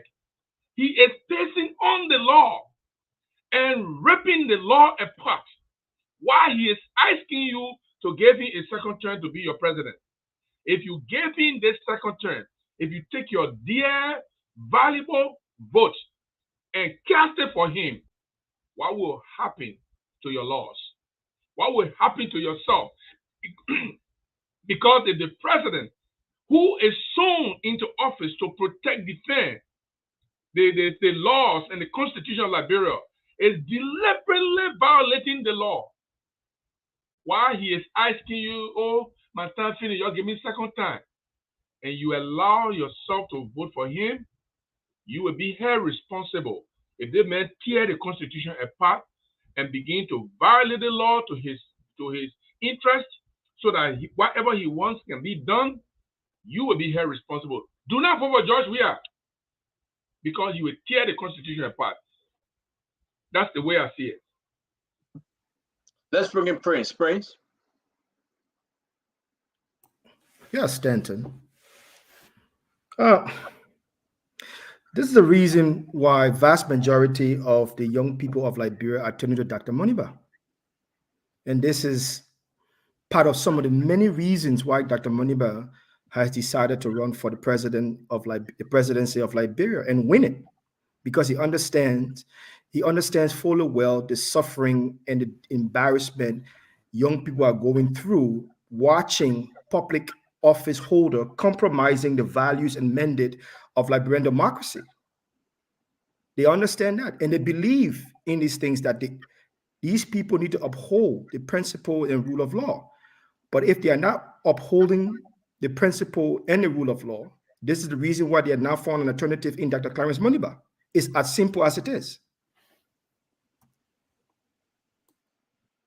Are you done? Thank you. Wow, you did one on 1 minute. Wow, man, the man just changed overnight. Thank you very much. That's good. Let's welcome our sister Kowu. Kowu Gunner. Kowu, how you doing today? Well, thank you, CEO. How are all of you doing? Hope you're doing good. Thank you very much, Kowu. Thank you for joining us. Let's play the second clip, which is so important, from the female lawyers. So that they put it in the press, but it's just to let you know that we did not meet with Eugene Namwe as was stated, and it is not true. That information is clearly wrong. But we'd like to say that the members of AFED has a constitution that must be abided. If the president called AFED to a meeting, it is the leadership that was supposed to accompany AFED to that meeting. They should have not gone to the meeting with other leadership. Nobody knows how they attended that meeting. And so with the power invested in this leadership, any and every member that attended that meeting that has fought AFED in disrepute, they will be suspended for 1 year. But power invested in me as president of the Association of Female Lawyers and the board. Because we remain committed to our partners, we remain committed to our beneficiaries. We want them to believe in us that we are not political, we serve everyone equally. We are promoting an interest agenda of women, equity for women, equality for women, laws being reformed, and to ensure that we are governed by the international and domestic laws of Liberia. And so this is to deny that information that has been leaked, that if an executive has just pointed to you, if an executive, none of us were to that meeting. Not a single one of us were there. Because we know what AFED stands for. We wish that. I want us to pause a little bit and we'll come back to that though. Are you seeing the game being played? She is saying we didn't go there, but Alexander Zoe, oh my God, somebody help me. You know, that's when we're in church, we say, Holy Ghost, take control. Somebody got to help us right now. Yeah, because you just get hit with those voices coming in your head. Then you just honor the power of the Holy Spirit and say, Holy Ghost, take control. If you can speak in tongue, you begin to speak in tongue. But I do not speak in tongue, so I will speak the little Liberian English I know. She just said, we didn't attend the meeting. But Alexander Zoe, Counselor Alexandra Coman Zoe, took some female lawyers as per representing AFED to meet President Weah. How can the Liberian people trust? Will the Liberian people even trust that our decision to fight corruption will be the right one, as she had the LACC? Is this a new way that we care less and say it's okay? We just, you know, everybody remain complacent because you say the same thing over and over and expect a different result? Dr. Richardson, come here again before we go to our sister Cole, but you got to come in on this one though. She said we didn't attend, but another, hey man, you must please, Josh, where? So it puts this organization, you know, the female lawyers group, AFL, at risk for being sued. They put them at risk for being unethical, because like she said, they represent women, women who perhaps have sexual and gender based issues, women who have equity issues. So, how, if they're going to support George Weah, if this soul woman wants them to support George Weah, how are they going to balance the rule of law versus supporting Mr. Weah? So and for Zoe, you see, this is, I think somebody talked about how the erosion of the public trust. If the law was broken for her to be appointed, uh, if nobody vetted her to see if she was appropriate for that position, she just thinks that she can go around breaking the law. So let me bring AFL members. Let me take some of them, tearing the organization apart. But I'm glad that the board, that lady who spoke, I think Philomena something, she stood tall. She said, I'm going to stand with the constitution of this organization. I'm going to suspend them because this is just, conflict of interest that can put us in some ethical problems and some legal problems. Stammer, I have a question. I don't know if you can answer it, but I want you to wait. Let me bring in Cole, please. Okay, but the question will help Cole to really No. Don't try to do that gender mate on our show. Don't do that. Leave Cole alone. Philomena Williams. Yeah, Philomena, thank you. Cole, you want to add to this? Whenever Gibson see Cole, he's just shaking. Come on, man. Should I put chapstick on? Should I put chapstick on and all? Just to confuse Gibson thoughts. This is that woman waiting to see to the UP party. Oh, I see it coming. Oh. My people see. But seriously, with the issue, it's kind of like it's scary. It's scary, Cole. The people know very well it's in the Constitution. No two commissions should come from the same county. Declare your access even before you go for confirmation. And it's still saying that they should send them through. And now the woman that was chosen said to head this entity, she only campaign trail. She's campaigning for President Weah. Hey, man. Yeah, it's unfortunate. I'm aware of the AFL organization, very strong female organization. And the lady you saw speaking there, Philomena, she has a record for being a very strong woman and a person of principle. I also happen to know Councillor Alexandra So, a friend and sister as well. And it goes back to when the laws in our country are not being pushed and implemented. There's a code of conduct. And even now you have a gross violation of this code of conduct. You have people in government using government properties, using things associated with their work to campaign. And LACC in particular is an integrity institution. You're there calling people to book, but even the vetting process, I listened to Senator Boychild of River G County when he expressed his own disappointment about the vetting process, knowing that people should be selected across county lines. And there are reasons why the statutes forming this place want geographical balance, because integrity places, they don't want compromise. They know our society, how it is. It's likely that people from the same area might compromise. All of those, maybe there's a reason that informed that decision to begin with. It was violated. And that's why leadership comes from the top, because when people know that their jobs have to be protected, when they behave a certain way, they turn to turn their eye from the right thing, not that they do not know it. These people in public offices, and I would like to signal off for example. One guy we called a man who respected the code of conduct, Honorable Augustine Kafuan, 2 years to election, even though the code of conduct may sound harsh. He resigned his position. He subsequently became chairman of the United Party campaign in 2017.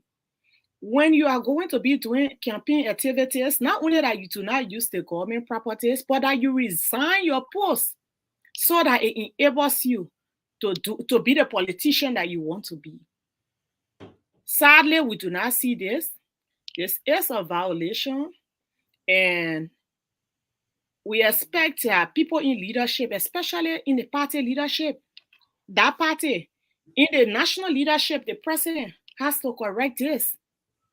But again, I can assure you, when Josiah Yuma Boyka, our ambassador and our standard bearer, is elected, come 2023, if he seeks re-election, if I were ever working, I will resign my position because I know I'm a politician. I have to be on the campaign trail.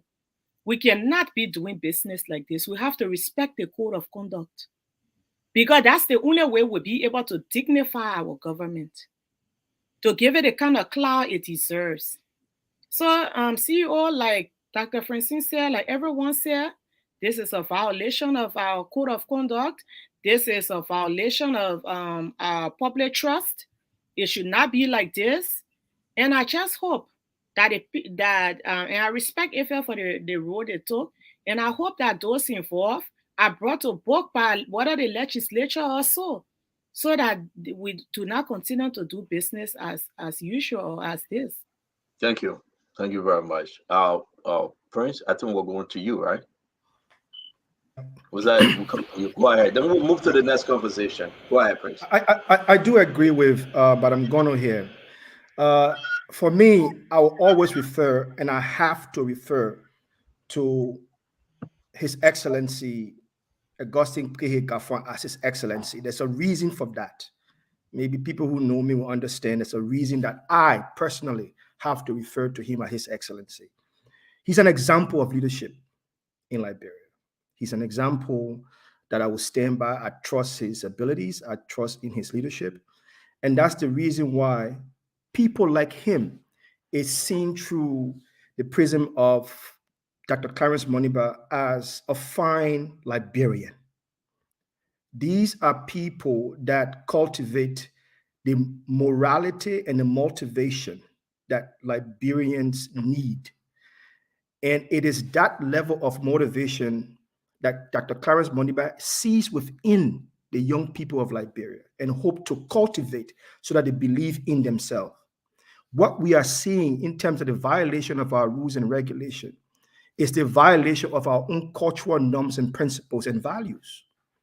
The fact that we are acting as crab in a barrel, fighting each other on the very same thing that support our democratic principle and value and our stability sometimes does appear to me as which society are we living in? And that question, I believe, and many young people in Liberia now believe that Dr. Clarence Moniba can answer that question because they believe that he sees what they see, the violation, the disrespect, and the constant ignorance that we apply to our civilized nature we have in Liberia.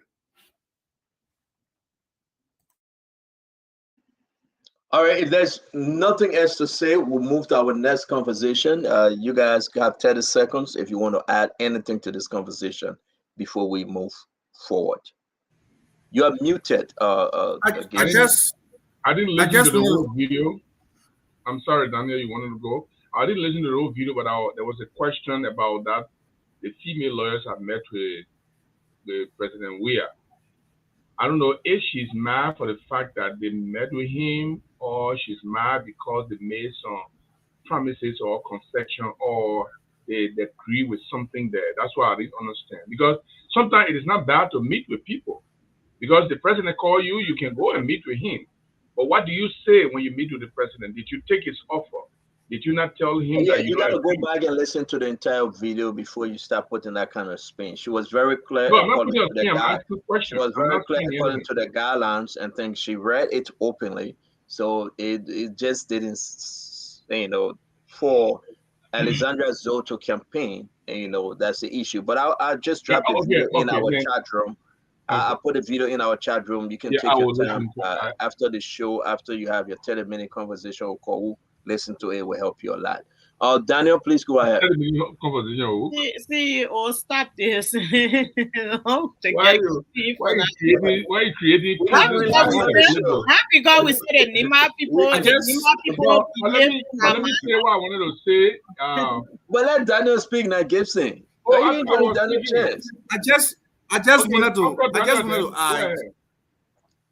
I just wanted to add something that to what Gibson said, that we are having this conversation at a time, this conversation about the flagrant violation of the laws of the country, every decency that's attached to national leadership. We're having this conversation at the time George Weah is seeking re-election, asking the Liberian people for re-election. So in essence, what George Weah re-election bid should be telling the Liberian people is that give me another 6 years, and I'll even violate your family values, because he has succeeded in breaking all the laws of the country. So give me another 6 years. I will even evade your privacy. I will come into your bedroom and expose everything about you. Give me another 6 years, and we'll do more violation to the constitution of the country. If you give George Weah another 6 years, this man, from what we have seen in the first 6 years, George Weah has the audacity to use the legislature to even amend the constitution to give him a third term. I can say that for sure, because we have a legislature that found it very difficult to turn down any request from George Weah.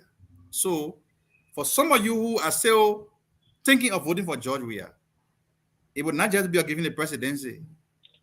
It would be about taking your country back to the war years. Because imagine what is happening in the sub-region. Presidents are now amending the constitution to go for a third term. George Weah tried that for the referendum. He didn't succeed. The Liberian people stopped it. Now, if you give him a second term, he will use the legislature to amend the constitution to allow him to go for a third term in office. I just thought to highlight that because experience is the best teacher, as we can say in Liberia. Thank you. And at the end of the day, we know those that changed the constitution. We know what the situation, the amen part to that situation is. Well, you say we shouldn't say on the platform. We will not go you there. We shouldn't say it. To every action, there is equal and opposite reaction. And I believe that as we discuss the election issue, this is not right. This is wrong. The Liberian people need to know this. They need to understand. Those people have broken their own rules, they have broken their own laws, and therefore thank God to able men and women within the Liberia Senate, some of whom are going for re-election, but they are still standing tall. It is important. Look at Steve Zago. He's saying, no, we will not accept this. He's saying no. Look at Prince Yedu Johnson. He's saying no, we will not accept this. And I guarantee you, Jonathan Kape is saying no. The rest of them, Jim Barney is saying no. They're saying we will not accept this. Delon is no. Youngbley is no. Borchard is no. Commander we said probably no. Prince Moi is no. Jeremiah Kuhn is no. These guys are saying we will not do this to our country. Simple. Declare your accept. Or the next thing is what? No two commissions should come from the same county. But George Weah no. Listen, his legal advisor? Who are his legal advisors? Who advising him? Is that Archibald Bona? Who been there for rack of ages since Semakado time? Emmanuel Shona right there? Can they tell him? Since October time, Emmanuel Shaw been around. Can they put something in his ear and say, Mr. President, there's a mistake. Let's change this thing. Where is Samuel Twe? The men that know all. Why do people just look down on our fellow Liberians? Actually, Bona, when we're picking a part, Bona, we happen, yes, transport. He's right there. Emmanuel Shaw, never grow old. He's right there. And the president agreed. Looking at the Constitution and say, I care less. I would take 3 or 2 from Moserado. I would take 2 from Riverside. I care less. What I tell them to do, they would do it because I gave them 20,000 each. Because we passed the new budget, the recast budget, they would take their cut. But thank God for some good men and women are fighting.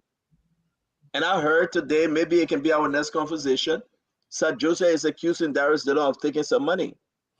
But Sir Joseph been saying this thing every day. We tell Sir Joseph, bring us the story, bring us the paper, tell us, say these are the documents. And Sir Joseph is chair on executive, right, Daniel Sando?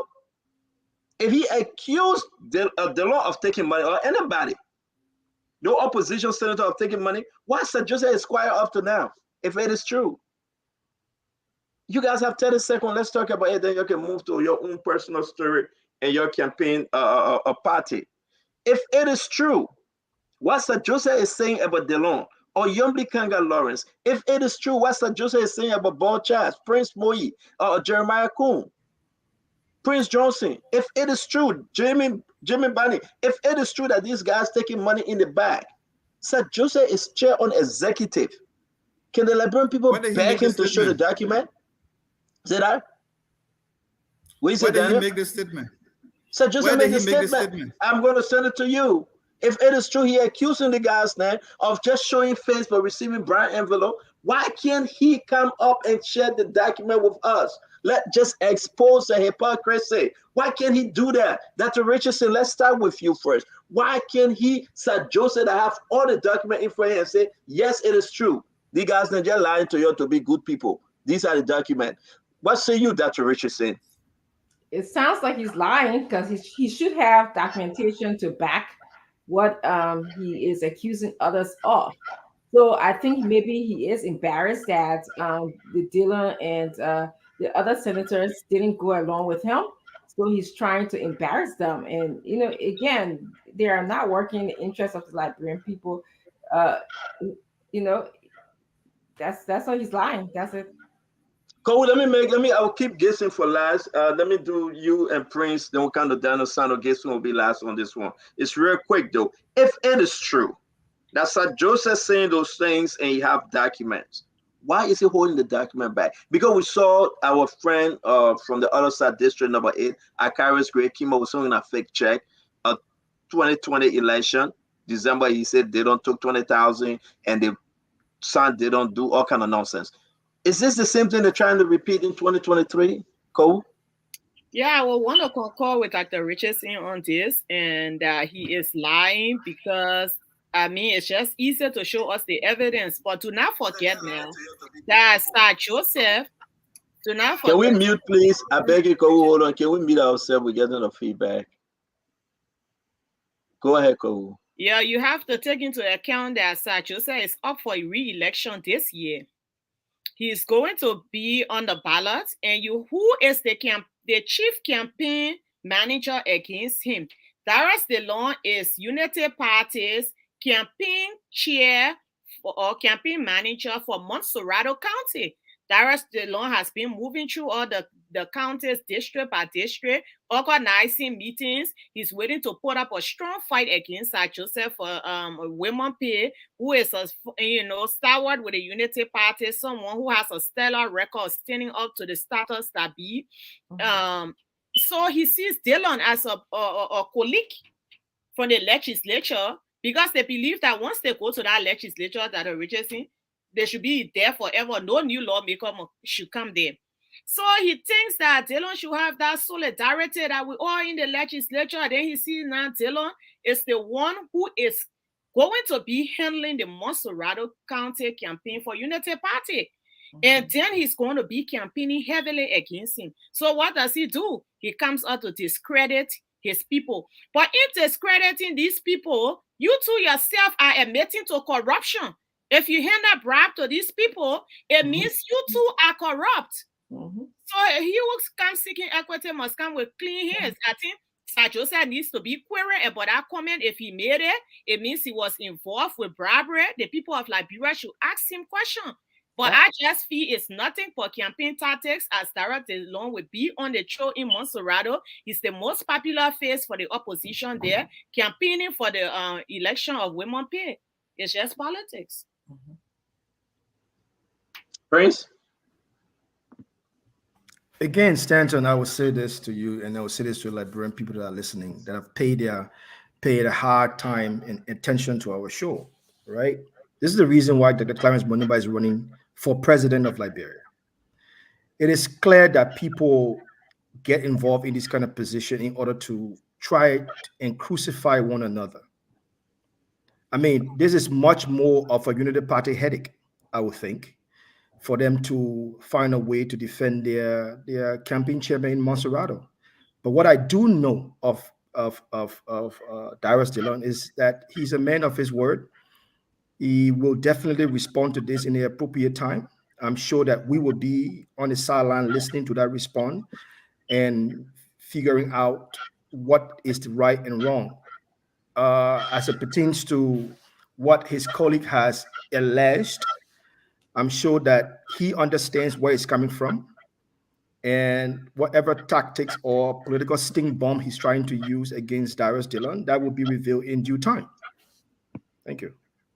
Thank you very much. Daniel Sando, you from the camp. I'm going to hold you for last. Let me bring in Gibson first, because you're from that Unity Party camp where Dillon belongs. Or go ahead, Gibson. This is one of the things that people think that I am too radical sometimes. I'm going to put on my journalism hat, not as a politician. I think the honor is on Dillon to clarify, because in the court of public opinion, when you are accused by your Wait. No. This is the time I'm allowed to interrupt you. This is the time I will invoke the 10 commandments of Spoon Talk. This is the time I can invoke the 10 section 2.3 of Spoon Talk.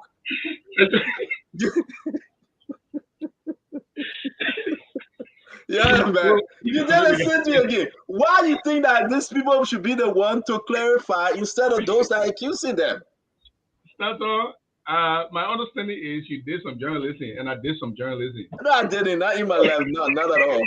Listen, this is why people sometimes say I'm a sedition, because my ability to see through the issue and talk about them.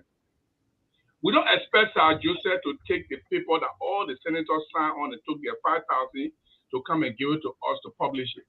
That would be irresponsible on his part. It will show that he's not even a leader. He can be impeached for that. So he only said that Darius Dillon he has the honor to say, I didn't do it, or I did it, or this is what I took. It is not Sir Joseph in the court of public opinion to deny or to show evidence. In the court of public opinion, it's on the honor of the senator who is accused of taking bribe. So we need to have Darius Dillon to come and tell us, did you take this money? Let him say no or yes. Then we are doing justice to our audience. I'm not going to blindly follow the rest of the people and say Sir Joseph is irresponsible. He's running a campaign. He's trying to destroy Darius Dillon. At this point, as a journalist, I'll be going after Darius Dillon. I will not go back to Sir Joseph. I'll go after Darius Dillon, and I will make a big headline and say Darius Dillon is accused of taking bribe money. And Darius Dillon will be under responsibility to clarify. That's what journalism is about. It's not politicking we are doing right here. So that's the way I see it. And that's why people say I'm a sedition. That'll take it away, because I'm speechless. That's why people say he's a sedition, he's hiding as a sedition, because I criticize people in the opposition who then do the right thing, and then I'm seen as a sedition. You won't read the comments. You will soon see them that they are a sedition. Because that the other guy said, what gets you? Let's bring in Daniel. Daniel Sano, go ahead. But to begin with, I want to ask Gibson, who believes that Senator Dillon should clarify. I want to ask Gibson, how many times hasn't CDC and their lawmaker accused Dillon of taking bribe? It's been forever. Okay, let me respond to that. Always. Let me respond to that. No, I come in. Can I make my point? Okay, can I make my point? Go ahead. Can I make my point? So they've always accused Senator Dillon of taking bribe. One good thing about the Pharisee in the Bible is that they didn't hide the evil deeds. They were very loud spoken about the deeds. So these seditions are behaving like a lot of the Pharisees. They said, we agree we are corrupt. We agree we can take bribe, but they don't get take bribe too. So what they are seeking to do is to say that all members of the legislature are corrupt, which is not true, my brother. Which is not true. Just last week, the senator of Lofa County, Councilor Jala, was disgraced in plenary. For what reason? He made a sweeping statement and said, oh, they don't against the thing, they don't take $20,000. the leadership of the legislature compelled him to apologize to Dillon on the floor. He swallowed his words like a baby. He apologized to Dillon. Today, that this same statement is coming from Sir Joseph. You want to sit here and take it seriously. Oh, Dillon should clarify.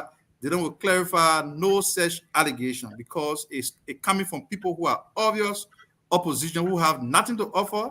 Maybe you came here late, but I said from my opening statement that when an incumbent government in a decent society going for re-election, they can campaign on their achievement, their record. What do you see the CDC doing? You see them throwing tantrum, they're throwing jabs, accusing Dillon of taking bribe. Honor our jurisprudence.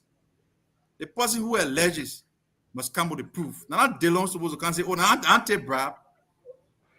When Sir Joseph bring paper bearing the signature, the name of Dillon to say, oh, they don't sign for money, then the officers in Dillon will clarify as to the authenticity of that document.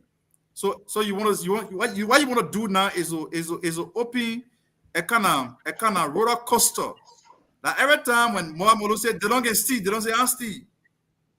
Job whether they don't you can steal, they don't say I'm steal. I can't agree that they don't you can steal, they don't say I'm steal. They don't got energy for that thing. He has a whole campaign to cheer in Moscow County. And I know it pains the sedition so much that a man who defeated them 2 times is now chairing the rescue mission campaign in Moscow County. And he has openly vowed that Joseph Boakai will win over 600,000 votes of the 800,000 plus vote in Moscow County. It's going down the spine. That's why you see them throwing all the jabs and this and that. These are lazy diversionary tactics that Dillon will not dignify. Dillon has distinguished himself. And no, Sir Joseph not satisfied with it. He expected that all of them will be the same cookies jar together. Oh, they go take money and this and that, but Dillon has distinguished himself. He's been very outspoken about that. So it is understandable that people want to throw dirt on him, but he stands up very tall. And but this is not only about the accusation. I gotta respond. No. But we gotta go. 6 o'clock. We ask you guys. God, listen. Guys, listen. 6 p.m. Listen, guys. 6 p.m. You guys going to talk about your candidate. That's what you are here for. What you want to say? So therefore, we got only 2 more minutes to go, and we come in with your candidate position as of today. So please, I beg you guys.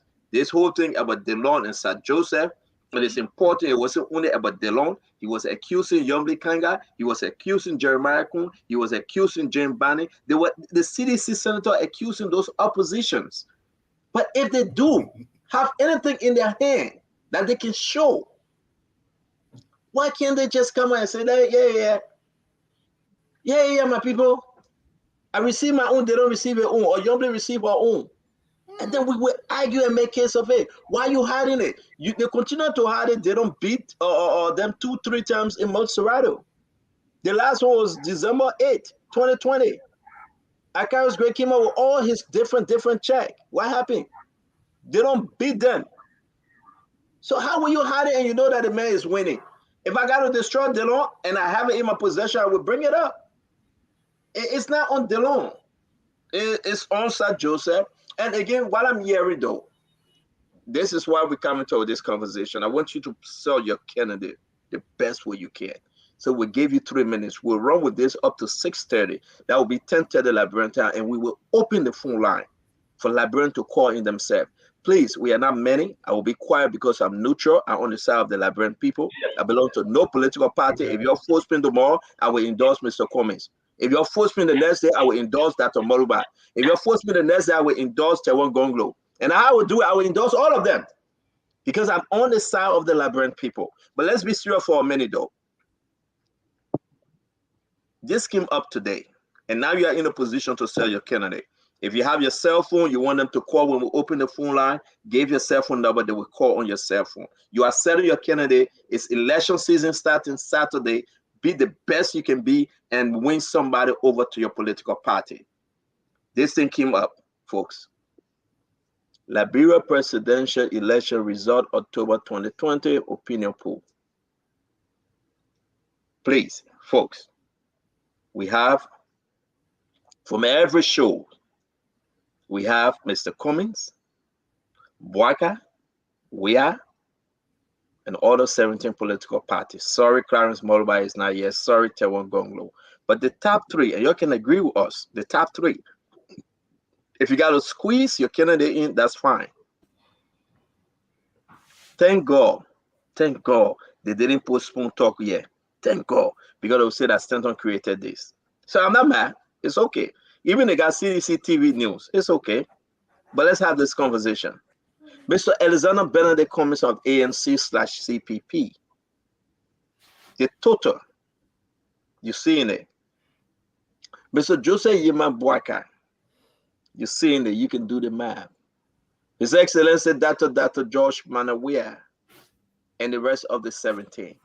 Now, please, please, please, be the best you can be and sell your candidate.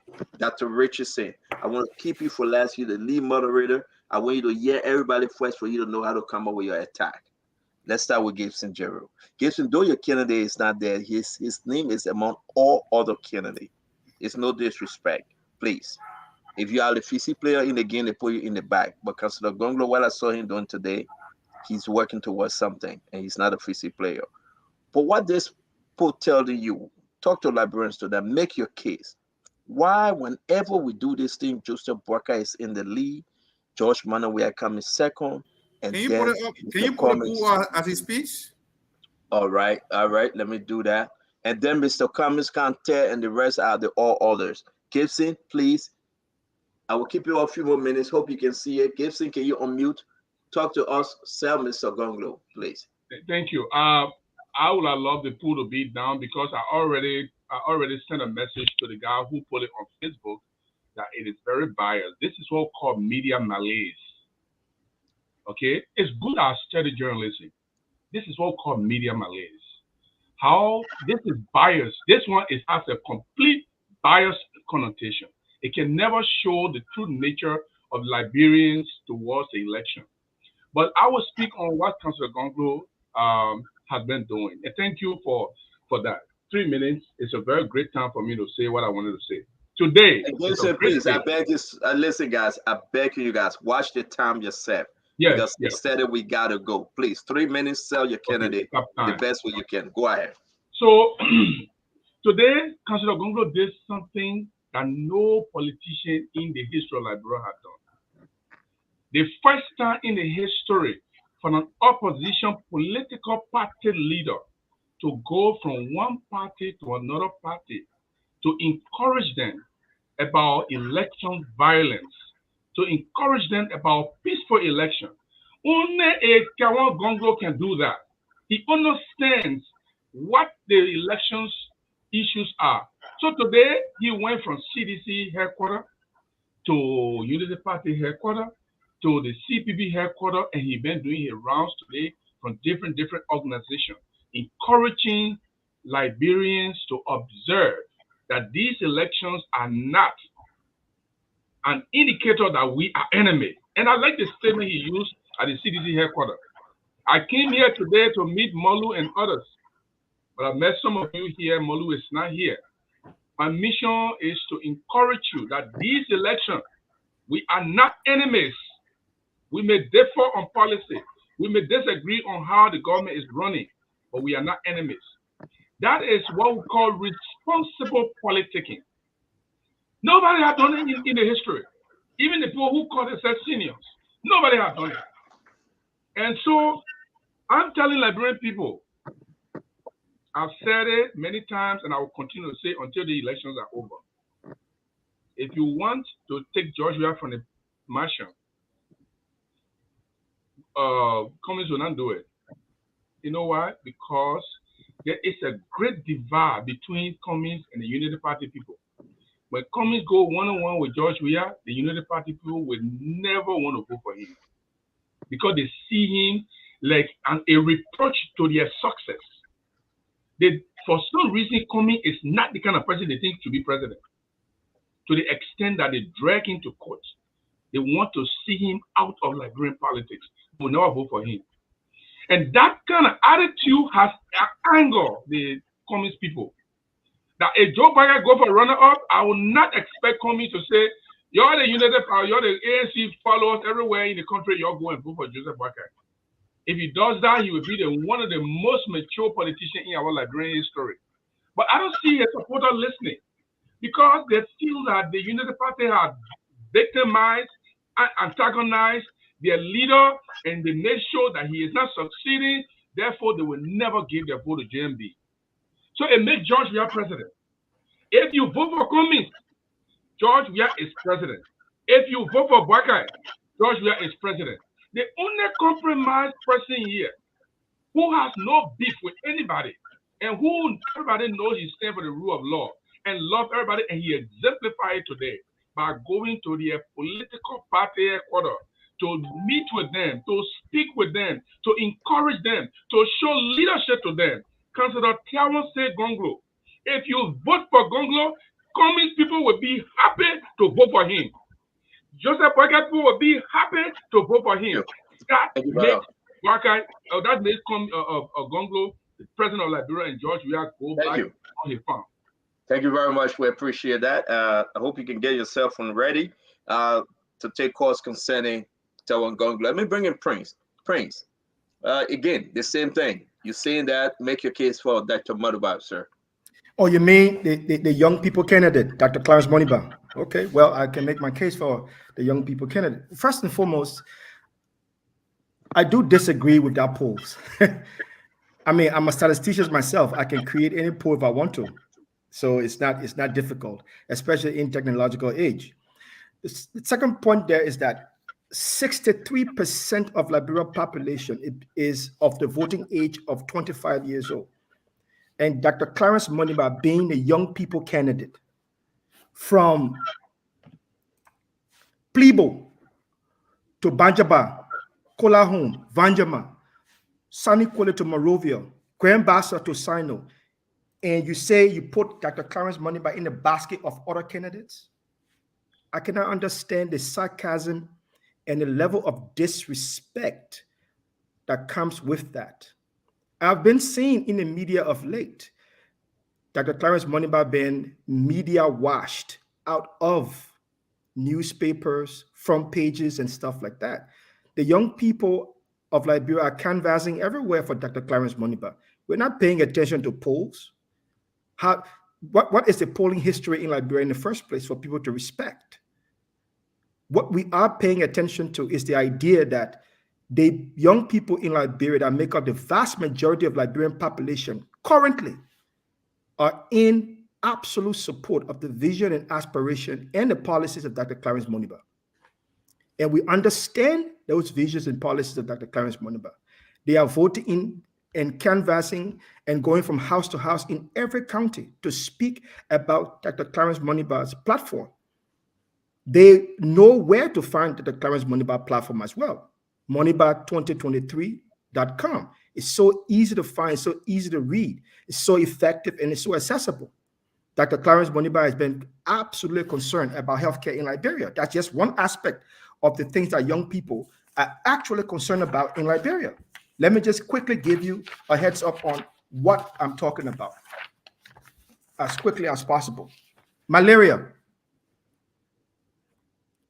Almost every young child on the age of 5 years in Liberia have malaria. That taps into household budget every year.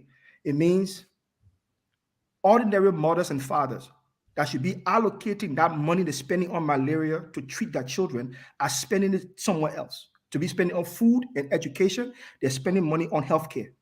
Dr. Clarence Modiba is very concerned about that, deeply concerned about our medical sector. The second part is typhoid. 7,400 cases of typhoid per year in Liberia from the age of 15 years or upward, and older people carry typhoid in their blood. We are absolutely concerned about it because it's a key signal to the level of water and sanitation bad processes we have in the country. People that are drinking water in Liberia are not safe to drink pure, clean drinking water, which produces typhoid. And they suffer for that and they spend money on that. Dr. Clarence Modiba is deeply concerned about that in the healthcare sector because it also causes major aspect of healthcare scare for many people. So these things are critical things that we care about and the young people care about every day. So Dr. Clarence Moniba is going from house to house, meeting people where they are, from swamp community dwellers to urban community dwellers. We are meeting people everywhere. So this is the reason why Dr. Clarence Moniba is absolutely essential for this generation in this election. And we know fully where we're going to go to win. So that poll casting out Dr. Clarence Moniba and others is just erroneous. We can't do anything about it. We just laugh about it and move on. Thank you. Thank you very much. Thank you very much. And you guys will have time to come back if you hear anything from the other side and you want to comment. Let me bring in Kowu. I will bring in Kowu and we'll go down to Daniel, Dr. Richardson. After you guys have your 30 minutes, then we'll go ahead to open the phone line. Folks, if you're listening to the Spoon Talk tonight, seriously, whether from Liberia or in the diaspora, we are getting into election season on Saturday. Saturday will be the 5th. Election will be officially opened by the National Election Commission in Liberia. It's time to make your case for Dr. Modiba, Mr. Cummings, Ambassador Boyka, George Manawia, Tewan Gonglo, and the rest of them. Let me say this. If you can do it now, you will not do it. So we will keep our last 45 minutes on Spoon Talk every day for these folks to win somebody on the side. And you, the Liberian people, listen to us. You should make the case. If you want to come on the show, we will send you the link and you will come on the show for 30 seconds and tell us why you think your political leader must win this election. Let's go to our sister, Mempe Kowu Gondo. Oh, man, today I pronounced the name right. Mempe. Thank you, CEO. And I would like, on this matter, I know people will discredit the opinion poll when it doesn't favor them. Someone even said before, oh, how many people got trash card to, partake in these polls? But again, it's a subset of the people who have trash cards, so we can still infer, that trend goes across. But I will not say to argue. I've always told you repeatedly on this show that Ambassador Joseph Yima Boyka is comfortably ahead of the polls. If he still needs our support, yes, but that he leads the polls is shown. He's followed by the incumbent government, which is expected. They've been around. They're also a strong grassroots party. And then obviously, Mr. Cummings has been around, so he's worked over the years. So you see that trend. The reason why I don't think that the other candidates are nobodies, I don't think the other candidates are not strong enough or smart or do not have good ideas for Liberia. In Liberia, most times, if you look at our politics, 6 months to a year, people are resolved as to where they were voting or who they were voting for. Most of those candidates, they like Arvin Brown. And what a guy with CDL Coffee, Morris, they came last minute of time. The people already are resolved. That's why they are not captured in the polls. It's no doubt that we will sit here and argue that Dr. Clarence Moniba is not a fine gentleman. He's a fine gentleman. Yes, we've heard things that he has a lot of prospects, but I just think his coming, the timing of his coming also played a part in him, lagging behind. So at the end of the day, I just want to debunk, Gibson's, assertion that the only way the opposition can win is through Honorable Tewan Conclo. That is untrue. To sit here and say that Mr. Cummings will not support Boyka in the second round, except he's a mature politician, I mean, that is wrong. That's wrong for thinking. At the end of the day, let me tell you something. Whether you like it or not, whether we sit on the show and go at each other or not, the people of Liberia are resolved to vote the opposition black. Yes, they have preference in the first round, but at the end of the day, they want to see their country different. They believe that their country is safer with the opposition. The core ANC is more aligned with the Unity Party. The core Linu, look at the people there. Honorable Clarence and Moniba. If he does not make it in the first round, do you think he's inclined to endorsing a we-are-led government? I do not think so. The Dr. Moniba that the people admire, that astute, intellectual, is going to bring his support behind his Uncle Joe. That's just the truth. I can say the same about my home man, Honorable Tiawan Gonglo. Her friends don't make your sister laugh me. I can say the same about my home man, Honorable Tiawan Gonglo. I can tell you unequivocally clear that if it's a competition between the UP and the CDC, Honorable Tiawan Gonglo, by principle, if you know the political actor, he will not endorse the CDC-led government. So, and I know I've heard speeches from Mr. Cummings. I've heard how he feels about the state of affairs under this government. But more so, there is no amount of us talking here that puts an iron curtain between our people. There will be a mass political migration of opposition in the second round. And we are not arrogant because we lead the post. We are humbled. It talks about longevity. It reflects the long time Honorable Joseph Yuma Boyka has been in public service. It shows the comfort level of the people, not that the other candidates are less qualified. So what's going to happen? Our people are going to come on board because there's room for them on the train. This man seeks to bring our country together. He's going to focus on agriculture, education, seizing those ill-gotten wealth and stuff. And that's where the Gonglo people, when we will have rescue, they will come in to help us sweep those things out of our society. We will have the ANC people to fix things, excellent professionals. Do you think Dr. Clarence Moniba will just pack up and go back? We will tap into his expertise. We will tap into his patriotism. This is the fourth time you mentioned Dr. Clarence Moniba. Yes, I am. You love the name, man. You love the name. I'm not afraid. I mean, he's an intellectual. He's a smart young man. I can comfortably say that. And he's efficient. Yes, and consistent. Prince, you got to finish. Like, give a chance. I believe that Honorable Massequa, Honorable Moniba, who possess all of those attributes, will support Honorable Joseph Yuma Boyka in the second round, because I know he knows where his country is and where his country needs to go. I can say the same of Councillor Tiawan Gonglo. What I give since here and say 1 million things about Joe Boyka, you will not stop a Gonglo endorsement in the second round. And you will not stop a migration of your partisans towards the Unity Party rescue train because they want their country rescued.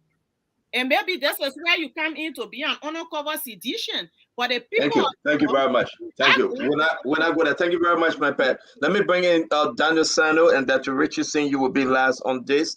Folks, again, this is the Spoon Talk. If you are on social media, try to find us on Fabric, try to find us on Spoon, and that of Support. Again, we will say the CEO, Madam Titi Cannon, as we said yesterday, to give you information and update of the radio station. She said we should hold our peace. Again, Madam Titi Cannon, the CEO of Spoon Network, she have advised that we shouldn't speak on the developments of the opening of the radio station till the right time. So again, please, most of you guys are asking.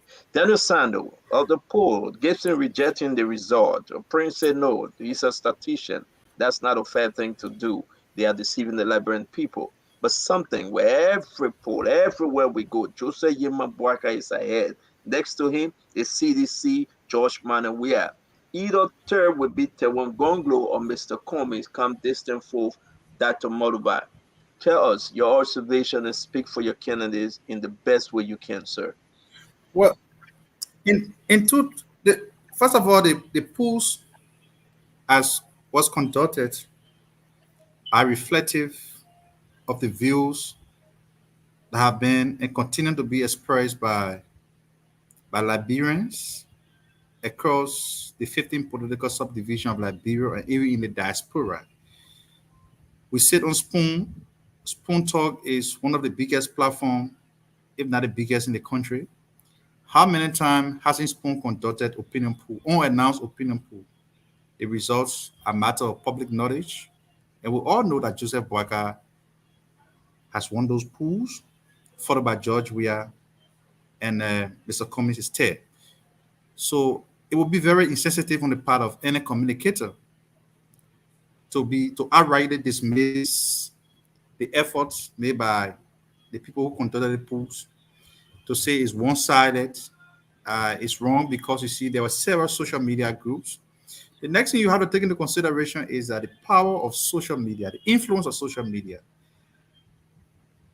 There's so many things that happen in the country that social media has taken the initiative to take the lead. You don't listen to radio. There are many instances, social media, the power of social media, very influential. We saw how Delon ran a movement on social media. And all of the polls that were won by Delon on social media proved to be reality when the ballot box were open.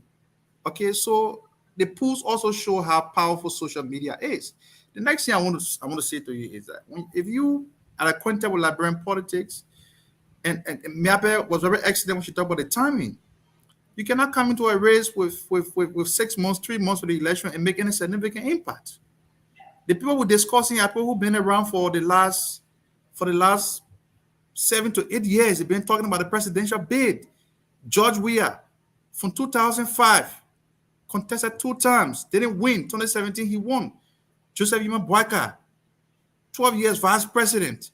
Somebody who has name recognition, local content, likability, popularity, everything combined, impeccable character. 42 years of public service record, impeccable record. He's well known. You talk about Mr. Cummings, who came in 2017 with 6 months of the election and spent significant sum of money. He entered distant 5th, right? So we're not talking about newcomers who just come in and think that you can make any significant inroad into the election. We don't say so because we want to be arrogant about other people in the race. They are decent people. They are Liberians who are qualified. But when it comes to talking about elections, you have to take into consideration that elections are about numbers. How many person can recognize Clarence Moruba when he's saying the script or when his name is called out there? So it would just be fair enough that we credit the people who conducted the poll. And you are a statistician, like you said, Prince, maybe you could go ahead and put your own polls up. Don't be surprised when you do the slate of candidates, maybe your candidate will come in the bracket of the others. So, I know that the young man who did the poll, the reason why he decentralized it because there are people who are not in the other group, they're in the other group. So you see the results are very corroborative. What happened in the Costa show happened in another group, happened in another group, happened in another group. And so we cannot dismiss it. The next thing Gibson tried to say that the polls did not include Councillor Gonglo. No, the polls talk about other 17 candidates. So Councillor Gonglo falls within a quadrant. So maybe you can begin to disaggregate the number allotted to the other 17 candidates and see what you can get from there for Councillor Gonglo. It is very important, but yes, how I want to conclude. Isn't it why are the polls to put important? Councillor Gonglo and Dr. Moruba in the others bracket? Isn't that disrespect, though? Well, but Senator, I'm not the one who conducted the pool. I'm not the one. I'm just asking. But even when you go to when NEC is announcing results, they go to 1st, 2nd, 3rd, 4th, and the rest they will say it will be published later on. They're not going to waste the time calling pool get So you 0.1% that Moruba and Gonglo, they all will be published later on. Let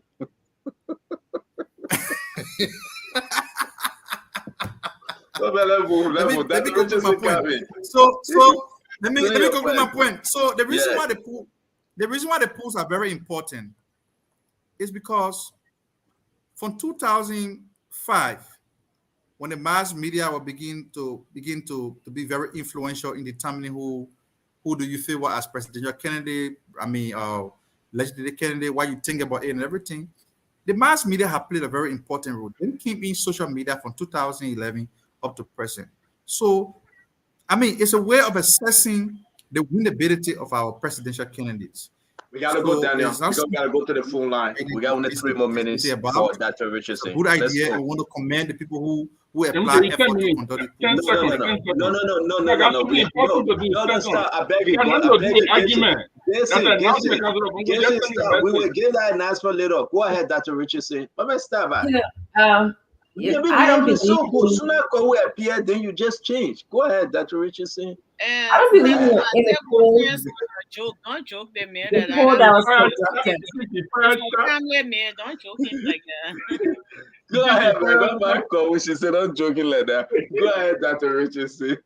I don't believe in the poll that was conducted. I actually want to know more information about it. Like, how was it done? The time frame, who was listening to the radio. There's a lot of things that is involved in statistics, and I'm less likely to believe it, especially in Liberia. Liberia is a very diverse culture. There's people that have access to computers. There's people who don't have access to even light. So, I mean, how diverse is the pool? So that's what I have to say about that. But I do know that we have a lot of work to do. I'm not going to sit here and be arrogant like the Unity Party people and say, "Oh, we won the elections already." No, we have a lot of work to do. We know Liberians are the ultimate people who's going to decide this election. Okay, so I just know we'll continue going house to house, case to case, village to village, and to make the case. And the reason why we're doing this because we want a more discerning Liberia. We don't want to say this is our time, we don't want to say, oh, we've been in government for 40 years, so we're old enough or whatever to be in a public service. We're not going to say that. Okay, we are going to say, Liberian people, we want you to hear what we can do for you. Liberian people, listen to our vision. Okay, we want you to be able to understand that our goal is to improve the economy of this country because we know that this is a problem. And let us tell you how we can do this. We, number one, will look at ecotourism. You know why we're going to do this? Ecotourism is one of the easiest way to make money in a country. If you're going to go build 5-star hotels and resorts, it's going to take you a long time. But Liberia is blessed enough to have some beautiful landscape, waterways, everything that you need. So what we're going to do is put these different sites, okay, ecotourist sites, the different spots, different beautiful places in Liberia. And when we do that, that's going to increase our revenue. It's going to give people jobs in different regions of the country. It's going to increase the productivity of Liberia. And it's going to allow us to accrue money to do some bigger things. So you can see, I told the Liberian people what we're going to do and how we're going to do it. The other party, Unity Party people come here, they just talk about, oh, we just want to win. We're winning. So blah, blah, blah, blah, blah. We don't know how they're going to improve Liberia. It's funny. I was reading something from Councilor Bromsky. She said, the very same group that CDC rescued us from, they are now coming back to say that they want to be the rescuer. They want to rescue us from, CDC. I find that ironic. Okay. So if you join Mr. Cummings, you will make your case. You will help us make our case for a better Liberia. Even Charlie Bronsky needs to be rescued. And when you're speaking our fair choir, you want to get on it? No. I will put a man in the back. I just said she needs to be rescued. Donna, I'll put you in the back. Dr. Richardson got to speak. No. Dr. Richardson needs to speak. I will remove both of you from the show today. The Unity Party that was so corrupt. The leader of the Unity Party even admitted to the corruption. Okay, one of them was shortfall. And we had the people that the guy that you support, Joseph Yuma Boka. I spent all night. I'm tired. I'm sure you guys can see. The past 2 days doing research about Joseph Yuma Boka. I cannot find any accomplishment that this man has done. He worked at LPRC. He worked at LPMC. Well, are you promoting your candidate now, or you want Joseph Boka? No, I want to do a contrast. Okay. The contrast between Mr. Buck, because if he has not done anything for the country, and Mr. Cummings, who has done a lot in terms of his personal track record. I just said that Charlie to be rescued. You're talking all the time. Becky, bye. Don't meditate too hard. Becky, bye. I'll wake up, we'll do it, Okay? So, Liberians, we need to think. We really need to think. They will come and say, oh, it's about popularity, likability. We are not there yet, Liberians. We are not there yet. The reason why other developed countries can talk about popularity and about numbers game, that's because Their literacy rate is high. Okay, they understand issues. In our country, we got variations of how people understand issues. So we have to now take the path of voting for someone who can bring change to Liberia, who can make people a more deserving country, as opposed to saying, Come is got this is government our scholarship in 1978, he went to America. Dinosaur in the back. Dinosaur go in the back. No. We gotta go, man. Leave the woman alone. Come on. Bring him by. He will be quiet. No. The man on time. All right, Dr. Richardson, thanks very much. Let me say this though. Now, it's very interesting, right? It's 6:30. Thank you very much for respecting the time, Dr. Richardson. It's 10:30 in Liberia. The ambassador, Jose Yima Boaka, is back in New Jersey. He just landed. He's back in New Jersey as we speak. He just landed. I'm receiving information from his camp. But again, let me ask you guys. Any question? Gibson will come to you first, sir. Any question? Who you want to go against? You want to speak on what Dr. Richardson just spoke on? You want to talk concerning Daniel Sano or Prince Maxwell? Go ahead. You have your 30 seconds, or we can do another 1 minute, sir. I will use the 30 seconds to convey the mandate of Councillor Gonglo to me. He said, Stanton, your reporters went out the other day and brought very, very good footages. So he mandated me to give $300 today, so your reporters can go out and do interviews and bring those same kind of footages. It help the Liberian people to understand what is going on in our community. So I will be sending the $300 to Diamond. As soon as we get off air, I'll be sending $300, and Councillor Gonglo won that. It has nothing to do with politics. He said the footages they brought the other day brought enlightenment, and he enjoyed watching them, and he saw the true picture of how the Liberian people are suffering. So he wants you to send them again. So as soon as we are done off air, respect. I hope Dr. Moluba can do the same. Dr. Moluba got a lot of money. His camp will have a lot of money. I hope the Unity Party can do the same. I hope the Unity Party can start contributing to the work of the young men and women in the country. But by the way, let me announce, since Mr. Gibson just said that, every political leader, they've been assigned or spawned a staff. So for true, Mr. Gibson, you have one of the reporter embedded in your camp. Likewise, we spoke to Dr. Moluba, and he should be having one of the reporter embedded in this camp as well.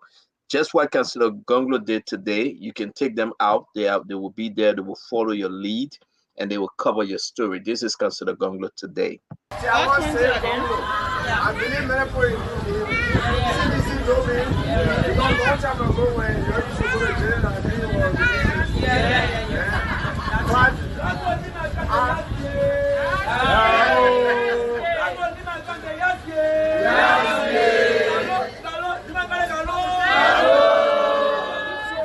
all the parties signed the commitment declaration so that there will be no violence in the election.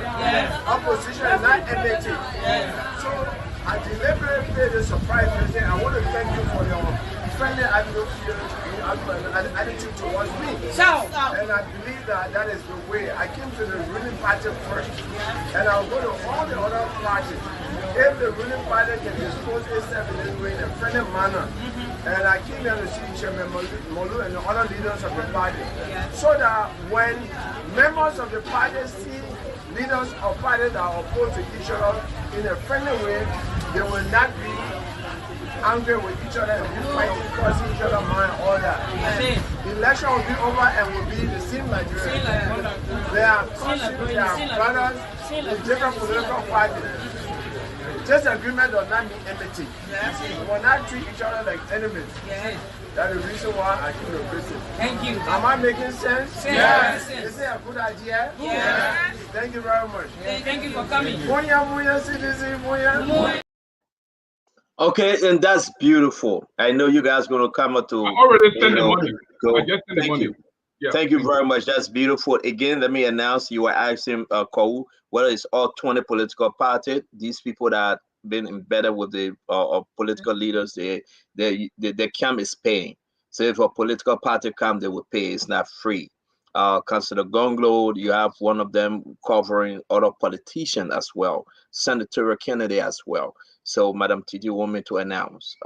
You have one of them covering those senators and representatives that have asked the network. You saw Councillor Gonglo, they were with him all day today. Unity Party, one of them will be assigned to Ambassador Joseph Yemabwaka, not the party headquarters, but the standard bearer directly. And also Clarence Dr. Morba will be assigned one reporter likewise. Again, if Mr. Cummings desire one will be assigned to him likewise. But that's exactly the work of the network. And we say thank you. Right now, you asked about CDC. Yes, we have a reporter within the press code of CDC assigned to the president. So that person been assigned since George Weah took over. Go ahead, Gibson.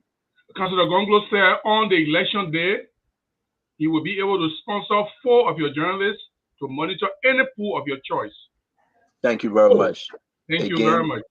Again, that's the good work, and we are strictly in touch with the other political leaders.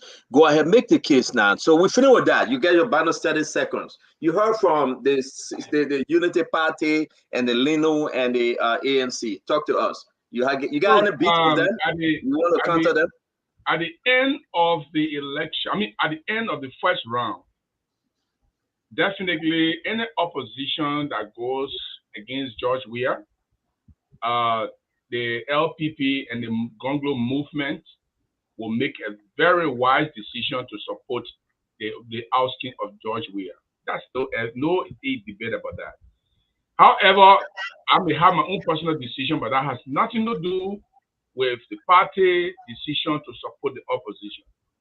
But we cannot be let alone that when we come on these shows, we can to distinguish our candidates. How can Gonglo even go to the first place or second place if I can't tell the people that they made in the first place it's not the choice? I don't know how the Liberian people see the thing. That's the way politics look. I will only tell them that Prince man not supposed to be there, my own Gonglo will be there. Or Jeremy not will be there, that Gonglo will be there. Then you will benefit.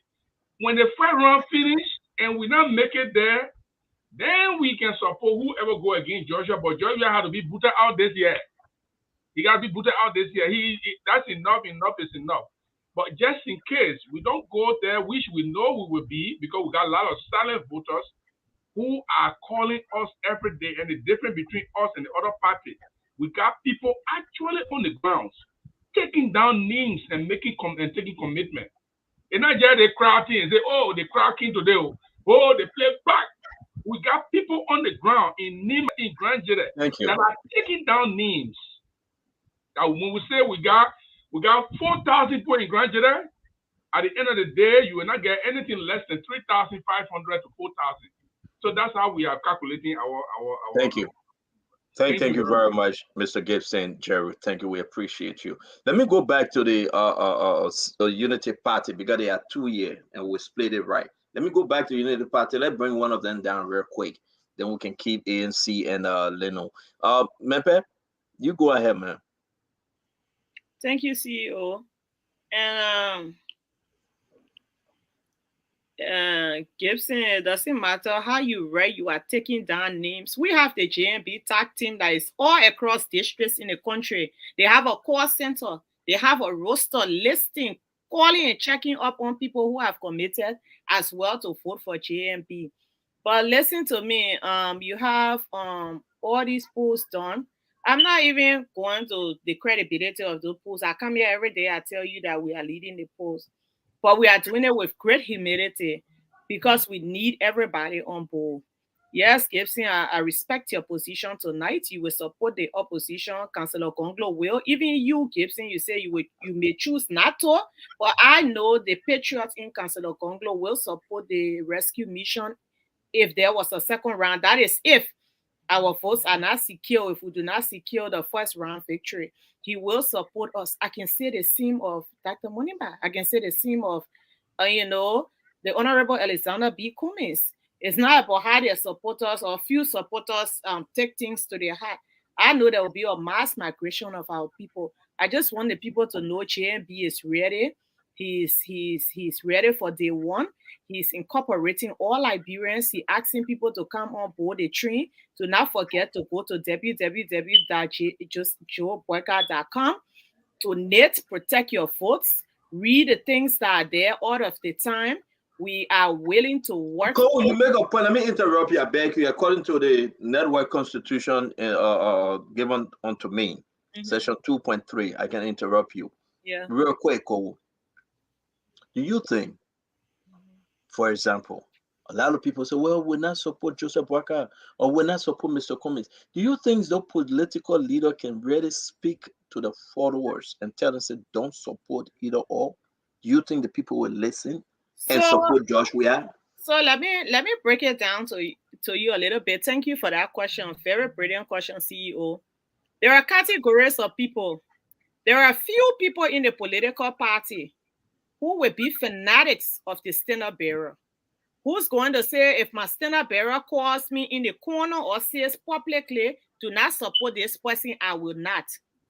Then you get a larger group of people. Some people will term them as the marginal political hustlers. Those people care about themselves. Their standard bearers have money. They care about what happens to them over the next 6 years. Where do we stand to benefit if we're in a runoff with the CDC? The CDC has been in power 6 years and has failed to leverage power and incorporate opposition. They have a stellar record of maintaining an unchanged cabinet. So people know that they're not going to be incorporated. So what are they going to do? We have a rescue train. You got me up here going to relaying the message every day from the standard bearer. In her father's house, there are many rooms. Come, if it weren't so, she wouldn't tell you. The tree has a big tent. We're incorporating good people, even within the CDC. Yes, in Leno, you think we don't, Prince Maxwell come here and talk harsh. We don't know he's a smart young man. We know that he's a talented young man. Mambe, for example. You think we don't know Mambe is an astute young man who has served and who has a great capacity to serve his country? I always tell you about Dr. Francine. Don't mind all this thing. You think we don't need her in our social service? Some people know that we are able to incorporate people. So nothing will stop a mass migration across political lines to the rescue mission in the second round. Thank you very much. Let me bring in Mr. Maxwell. Mr. Maxwell? Yeah, Stanton. This is a wonderful, first and foremost, Stanton, I do appreciate this platform. You've become the most talk about relevant platform in politics in Liberia. I'm privileged to be on this platform. Look, the thing is very, very simple, Stanton. The United Party is fully aware that Dr. Clarence Moniba has the international gravitas and the domestic electability among the youth to move this country forward. They are fully aware of that. Also, the United Party understands that they lack the quality of efficiency and consistency. That is the reason why their obsession with Dr. Clarence Moniba is so much. Not only that, just of recent, a permanent individual in Liberia I respect, I served, and I hold in high regard, Madam Miata Fambule. Madam Miata Fambule said on the Classroom Reload, after the United Party has come up with Dr. Moniba is planted, Dr. Moniba is part of the cabal, Dr. Moniba is a surrogate, I was surprised to hear the Honorable Madam Miata Fambule saying Dr. Clarence Moniba is sedition too. Yesterday, go look at the clip for yourself. That Dr. Clarence Moniba is now being planted by CDC. It's the fear within the United Party of Dr. Clarence Moniba efficiency and quality that he brings to the election in Liberia is surprising to me. The youth of Liberia in every county are doing that work. We do not have time for the naysayers. We do not have time to attack other political candidates, as you have seen yourself. But Mgono is looking for a second round opportunity through Dr. Clarence Moniba when they are saying that the Clarence Moniba is planted by X, that the Clarence Moniba is a surrogate or cabal member of X. Miapel Gono never said that. And of course, he's not planted. I didn't say he planted. No, I'm saying for the CDT party, for the United Party. These are the mud that you guys that United Party has been trying to throw on the wall to stick on Dr. Clarence Moniba. So our point is get it together. Get your PR together properly, because 1 minute you say he's supporting planted, the next minute he's part of the cabal, the next minute he's a surrogate, now he's sedition too, because they want to make him foreign minister. So the confusion is too much. Go to your classroom and listen to it. And the good thing is, I do appreciate the Honorable Pierre, Jeremy Pierre. Jeremy Pierre said effectively and with passion, he believes in Dr. Clarence Moniba, and Dr. Clarence Moniba will never do such. So our thing is, where is all of this coming from? It can only come from two places. United Party obsession with Dr. Moniba, because you understand his quality of efficiency and consistency. And you understand his electability and the international gravitas he brings to this election, and how his roadmap leads to the winning formula. That's the reason why. You've mentioned Dr. Clarence Moniba 7 times since you've been on this platform. The one candidate you've mentioned 7 times has been Dr. Clarence Moniba. Why? Because the youth respects him, because the youth cherish his vision, because the youth understand his vision, and that's 63% of the Liberian population. For 2 minutes. No, I'm sorry. No. I'm sorry. No, it's not that. My dog came in the room, so I had to put him back downstairs. Stanton is aware of the facts. The facts. No. Listen, let me say this to you real quick before Daniel Sano come in and Dr. Richardson will take us home. I like that. I like that. No, I didn't do it intentionally. I like that Moluba, seriously. I really do, because he's young and I see something strong in him. And I hope we can have time to really discuss about him. I think it's like Barack Obama coming in the picture, and the youth, the students, everybody just running after him. And I think that's what anyway, we'll talk about that tomorrow, but something about him I like, seriously. I'm not endorsing him on this show, like I said, but Thank you very much, Stanton. Because he got something. Thank you. That's something that why we want him in the second round. Okay, y'all will make that case. Let me remain on my position. DOS, talk to us, bro. So, and I rather do admire Prince when he tried to insert Dr. Moniba in the conversation. You know, Moniba actually has got no political history in Liberia. So I can understand when Prince tried to go the extra mile to insert Moniba, he tried to emphasize that, Miape measure he needs 7 times. I hate to say that.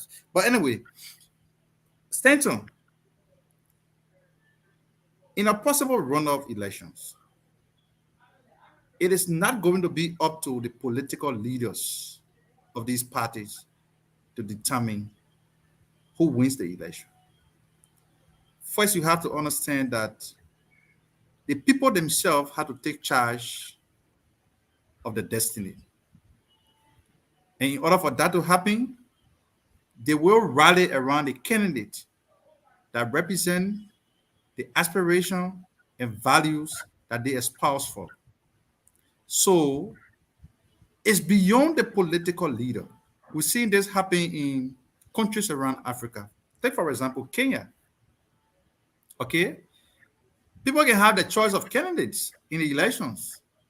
But when the election reaches a point where the fee is being narrowed to 2 persons, the people have to rally around somebody. And that is beyond the reach of any political leader. No political leader can determine. So I beg you. You from the Liberty Party. I beg to interrupt you. You from the Liberty Party, and we saw that in your party. So Brunskin came out and said, well, you go ahead. You do what you want to do. Everybody to each his own. And we saw some people going to. Is that what you are saying, though? Because he couldn't control the entire Liberty Party group after 2017, and he just surrounded them. So that assume that Charles Bromskin got 145,000 votes or thereabout in the second round of the election. You think Charles Bromskin has spoken to say, I'm going to support George Weah? You think those 145,000 people would have followed him to say we're going to support George Weah? It is about the people. Because the people rally around you because they see that you represent a value. So if you are going to support a particular candidate, yes, you're going to go with people, but you're going to be a handful of people in your inner cycle. But Because it's strength. My argument is that it's strength, though. When the leader said we're going this way, don't you think it should be considered? In 2005, for example, George Weah tapped the first round of the election. He and Ellie went to the second round. Ellie had 16%. I think George Weah had 29%. Almost all the major forces in our election in 2005 endorsed George Weah. Why did Ellie defeat him? We know the story. Unconfirmed. So go ahead. Whatever the case may be, it was unconfirmed story. Your information is not correct. Your information is not correct. Not all the major parties endorse George Weah. I mean, can stop distracting me on stop distracting me. So yeah. So like I said, it's about the aspiration of the people. The people will take charge of their own destiny.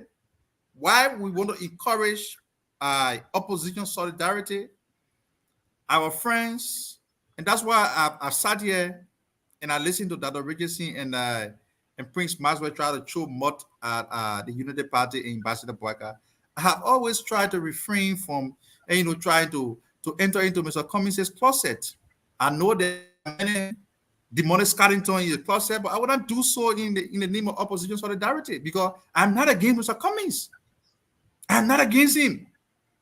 The one and single objective of which we take hours every day on various platforms to talk is because our country is in a dire situation.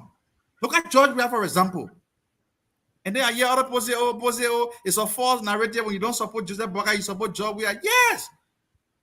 You are against the Liberian people when you support George Weah in spite of everything that's happening. So that's why we encourage people. Let's rather run Joseph Boakai because from all indications, he's the arrowhead. He's a forerunner. He's the only man in this race that can defeat that can defeat George Weah. So we encourage Mr. Cummings, we encourage Dr. Monica, we encourage Councillor Gonglo to work with Joseph Boakai in the second round. That's how you build your rapport with the Liberian people. But if you take a decision that go against the people, it's going to haunt you in the future election. Thank you very much, my friend. Let's bring in that Chinwe Richardson. Go ahead, madam. And for the record, Daniel, I didn't even mention your leader's name until you started interrupting me and making all kind of unnecessary comments. And also for the record, why don't you talk about somebody else's sexuality? I think this is my second time telling you, your own sexuality is questionable. You are questioning your own. You are projecting what you feel about maybe other men or women onto somebody else when you start talking about a men's closet. Okay?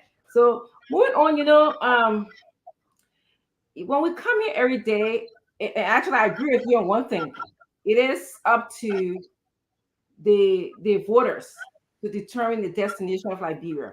I don't think it's up to leaders, and I think it should be the right path to take. We want a better Liberia, so we really should step up to the plate. And Gibson, I agree with you. When you say we come here to draw a contrast between, the different candidates. I'm here to tell you how my candidate is different from the Unity Party's candidate or Dr. Moniba or or Mr. Gonglo. At the end of the day, we'll decide because we love Liberia. I love Liberia so much that I don't want to see another president in power for 26 years and we have nothing to show. And you know exactly who I'm talking about. I love Liberia so much that I don't want to see another candidate that says, oh, I have the country at heart. You can relate to me. I'm likable. And then people just go and vote for him. That's why I sit here every day to make sure that Liberians are making informed decisions about who to vote for, and that voting is not the issue of just going and just checking the box. It's the issue of understanding who's going to bring change to the country, who's going to make your life better. It's the issue of asking yourself, is my life going to be better when I vote for this person? Or 6 years ago, was my life better than now? So, and sometimes people ask me like why I'm so big about, contribution to the country. This is exactly why. Look at our country. Look at how much money we have had, and look at where we are.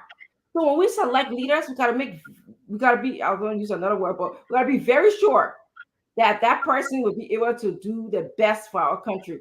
That person has good leadership skills. That person can live up to this modern days, this standard of how the youth, how women, how men are seen. And so, yes, this is what I asked. And yesterday, I'm going to throw this in. Yesterday I asked one of my last questions. I asked Dr. Mr. Malu. I said, Mr. Malu, can you give me one contribution of a candidate that we're talking about? He said, "Oh, the farm to market road." You know, I went up last night looking. Toba was the one who introduced the farm to market road. Okay, so I just want to put that. So we have to know what the capabilities of our leaders are. We have to know that. So thank you. Dr. Richardson, thank you very much, and thank you, folks. It's very, very important. Today, we ending the show on our 7 p.m.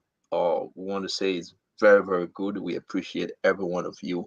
I have so many questions, but I'll hold it for tomorrow. Likewise, this thing about we have to now bring this thing up, Kipsy, and I hope you guys are ready. Let me give you this. Tomorrow we can explain it. Will your candidate, will your candidate sign into law the Gay and Lesbian Act? Will your candidate, will your candidate advocate for our brothers and sisters who are gay or lesbian? Will your candidate take the stand to denounce it and tell the Liberian people it is wrong? We need to dig deeper and have some serious conversation. I hope you can have the time to speak to your camp, because if you choose not to answer the question, you are not being fair to the Liberian people. So when we appear on the show tomorrow, we are asking the direct question to lay this to rest. Is our country ready to entertain religious belief, fundamental belief, whatever belief you may believe? It's time to speak to the Liberian people. Whether it's culture, whether it's religion, whether it's tradition, you need to tell the Liberian people, will your candidate accept anything close to bringing into our constitution gay or lesbian, or people say LGBT times 3 or Q or G. I can't call all those letters anymore. But will your candidate tell the Liberian people, look them in the eyes and say, yes, I will support this because we are all Liberians, or no, I will not support it because of X, Y, and Z reason. And I think our folks that follow, or they want to hear from your candidate as you represent them. Because whenever we say this thing, the feelings, what's your candidate position on LGBT? I really want to know. I hope you can join us tomorrow. Let's have some very serious conversation.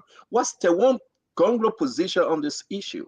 What would Dr. Moluba position be on this issue? What Mr. Comi's position will be on this issue? Jose Yimabwaka, what will be his position? And let's just go into it and be fair with the Liberian people. Enough is enough for us to hide. Enough is enough for us to say, no, my candidate don't say this, or my candidate said this. No. What your candidate say, we need to know. We need to know. And I agree. It may not be right for the Liberian people. You can play politics, but we want to see through. And then when we come up with the next conversation, will your candidate ever travel all of the country to seek medical attention, to get medical attention all of Liberia if he or she become president? Gibson, you and Max were laughing. It is important for us to hold people on record. You're representing your candidate on the show. Will your candidate be able to go to JFK and take treatment, ELW hospital and take treatment, or only America, he or she? Will your candidate tell the ministers and director that you cannot travel to the United States to seek treatment? And how quickly that can happen too. Look, And Dr. Clarence Moniba has a clear position on this. You can go and find it on all social media right now. I don't even need to talk about it. We will have the conversation tomorrow because our Liberian people need to know. It's very important. We say thank you, yeah. A good program today. I have nothing else to say, but I like to tell my Liberian people, if you see folks on Spoon Talk arguing, do not get in the middle. Guess what happened? In Minnesota, Eugene Lamy Fagon, Ego, and Air Remy Gray went to the same church, shook hands, rode in the same car, They make peace. They ate mipa. You know the Liberian mipa? They ate the mipa together. And they had nothing, never happened. So usually after that, he never called Ed Remy Gray or Colonel Ed Remy Gray at Lutheran Church. No, that never happened. Ed Remy Gray acted like he never called Eugene or triple AAA degree holder. These guys decided to take picture and they enjoyed themselves while they come on the show and they lied to us that they hated each other. But Cole, you were there. No, they did work. They may have reconciled, but they did go at each other in the show, and things that were said were damning. We should stop tolerating. Exactly. So you make that point now. While we closing, go ahead, make that point. Yes, not because people are able to reconcile and say sorry after certain things happen. We should openly condone people castigating each other, people standing out here and insulting each other, and people going at it in ways that our viewers are even upset and have to be placed in a place where they have to choose sides. We should not entertain that. It's good that they reconcile. That is for two of them. But at the same time, we must, maintain a certain level of sanity on here. Correct. You are quite correct. But let me get Gibson just on the picture alone, because Gibson, sometimes you go against Fagon. We got only 2 more minutes left. I thank God I'm seeing the picture. I'm happy that they can make peace and they have promised each other never to go against the code of standard on Spoon Talk anymore. Gibson, talk to us. I saw the picture and I said, whoa, okay, these guys, that's show maturity, Stanton. And if I were going to go to Minnesota, I was going to be the first to take Fagon for lunch. Because Mary Graham said we're cool. Fagon, we sometimes butt each other. But look, Mepe is right. I mean, it is cool for us to be able to meet and show camaraderie, but if we come on the show and we unnecessarily raise issue against each other, we are sending messages to our supporters that it is okay to do it because they're not seeing the picture. Thank God you show it. If you are not showing it, nobody knows that it happened. And then they will be going at each other without knowing that these two people are not even enemies. So sometimes we just avoid these things. Instead of attacking each other as panelists, we just go ahead and discuss the issue. Talk about Gongo, talk about GMB, talk about Mulba, talk about Cummings. And then the public will be guided by our attitude. I think I agree with Memphis on that. But it's a good thing. Fagon is mature, Remy Gray is mature, and it shows high level of maturity by media. And that's what happened to the politician. No man, they're talking. It's good. You know what? We want to say thank you very much, Gibson. Indeed, I'm happy as I think we had a peace. I try to be ECOWAS here on the west part of Africa to make peace, and this is all what I try to do. Some people accept, and some people come back to say the worst, like I did between Fagon and Musability, and Musability felt otherwise. And I did my best also again to make peace between Kowu and Fagon, and I asked them to take a picture, and they did. They sent me this picture. That's Kowu and Fagon. They make peace also, as you can see. They had a good time in Minnesota. I'm not sure, we had a good time. We are on the same train. The train is peaceful. We want to say thank you very much, folks, for joining Spoon Talk tonight. Listen, guys, again, we're going to have a wonderful show. Please, please, please reach out to your political leader. We have to ask these hard questions, and we have to educate our people. Thank you very much. I'm done. Anything you want to say, Dr. Richardson? No. Cole, anything? No, we just said thank Maxwell. you to viewers there. Oh yes, definitely. I have to close my closing statement. Absolutely. Thank you. Go First ahead. and foremost, Stanton is very, very simple. We are Lino and Dr. Clarence Monibat, that is the young people's choice of this country. Would like to thank you for this platform that you've established. This is the quintessential democratic medium that we are now using. Oh yes, University of Liberia, absolutely. Baku. So boy, you from sure. You're from Soup, boy. Hey, go. You ain't know about me. You're still getting to know about me yet.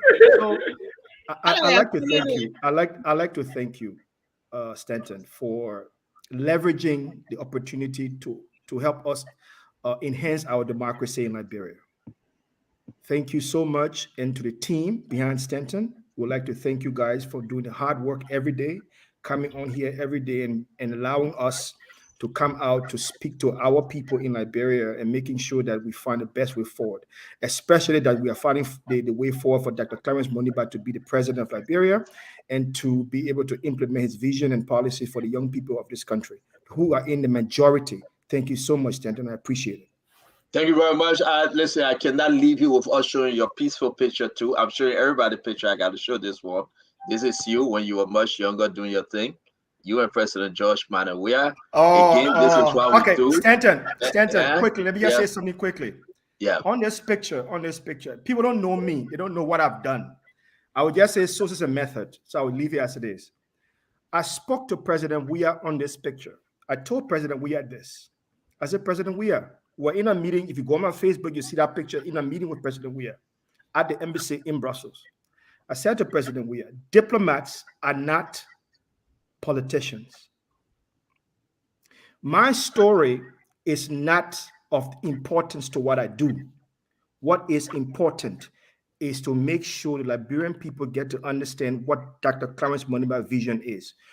In the future, we'll talk about that. But I just want the people to understand that I spoke directly to Senator George Weah at the time he was still senator, that diplomats are not politicians. And I speak for almost all of my former colleagues. They have remained behind the curtain. They work because we gotta go. I know you. Everything they listen, you are quite correct. I will show your last picture, and then you can wrap it up tomorrow. This is another one. You and Madam President. Okay, we're gonna leave it there. You're gonna come by and say something. We want to say thank you, folks. Thank you, folks. This is the Spoon Talk. Look at Gibson. It's not me, Gibson. I'm Vicky. It's not me. Thank you. Nelson. Thank you very much, Nelson. And we'll talk. Have a good evening, folks. Okay. Well, folks, that's how we like to draw down the curtains on this edition of the program Spoon Talk. We want to say thanks a lot to you out there for watching. Thanks to you for making your contributions in the comment section as well. You can join us tomorrow, same time for another edition of the program Spoon Talk. We'll be here 4 p.m. Eastern Time or 8 p.m. Liberian time with another great edition of the program Spoon Talk. Hopefully, we'll have late night politics coming on. Well, that is if we can, get some words. But I want to say thanks a lot to you out there. Thanks for following. And have a good night. Bye-bye. Yes, sir. A special one from the CEO, Stanton with the spoon. And your boy, Friday the Southern Band. Charging.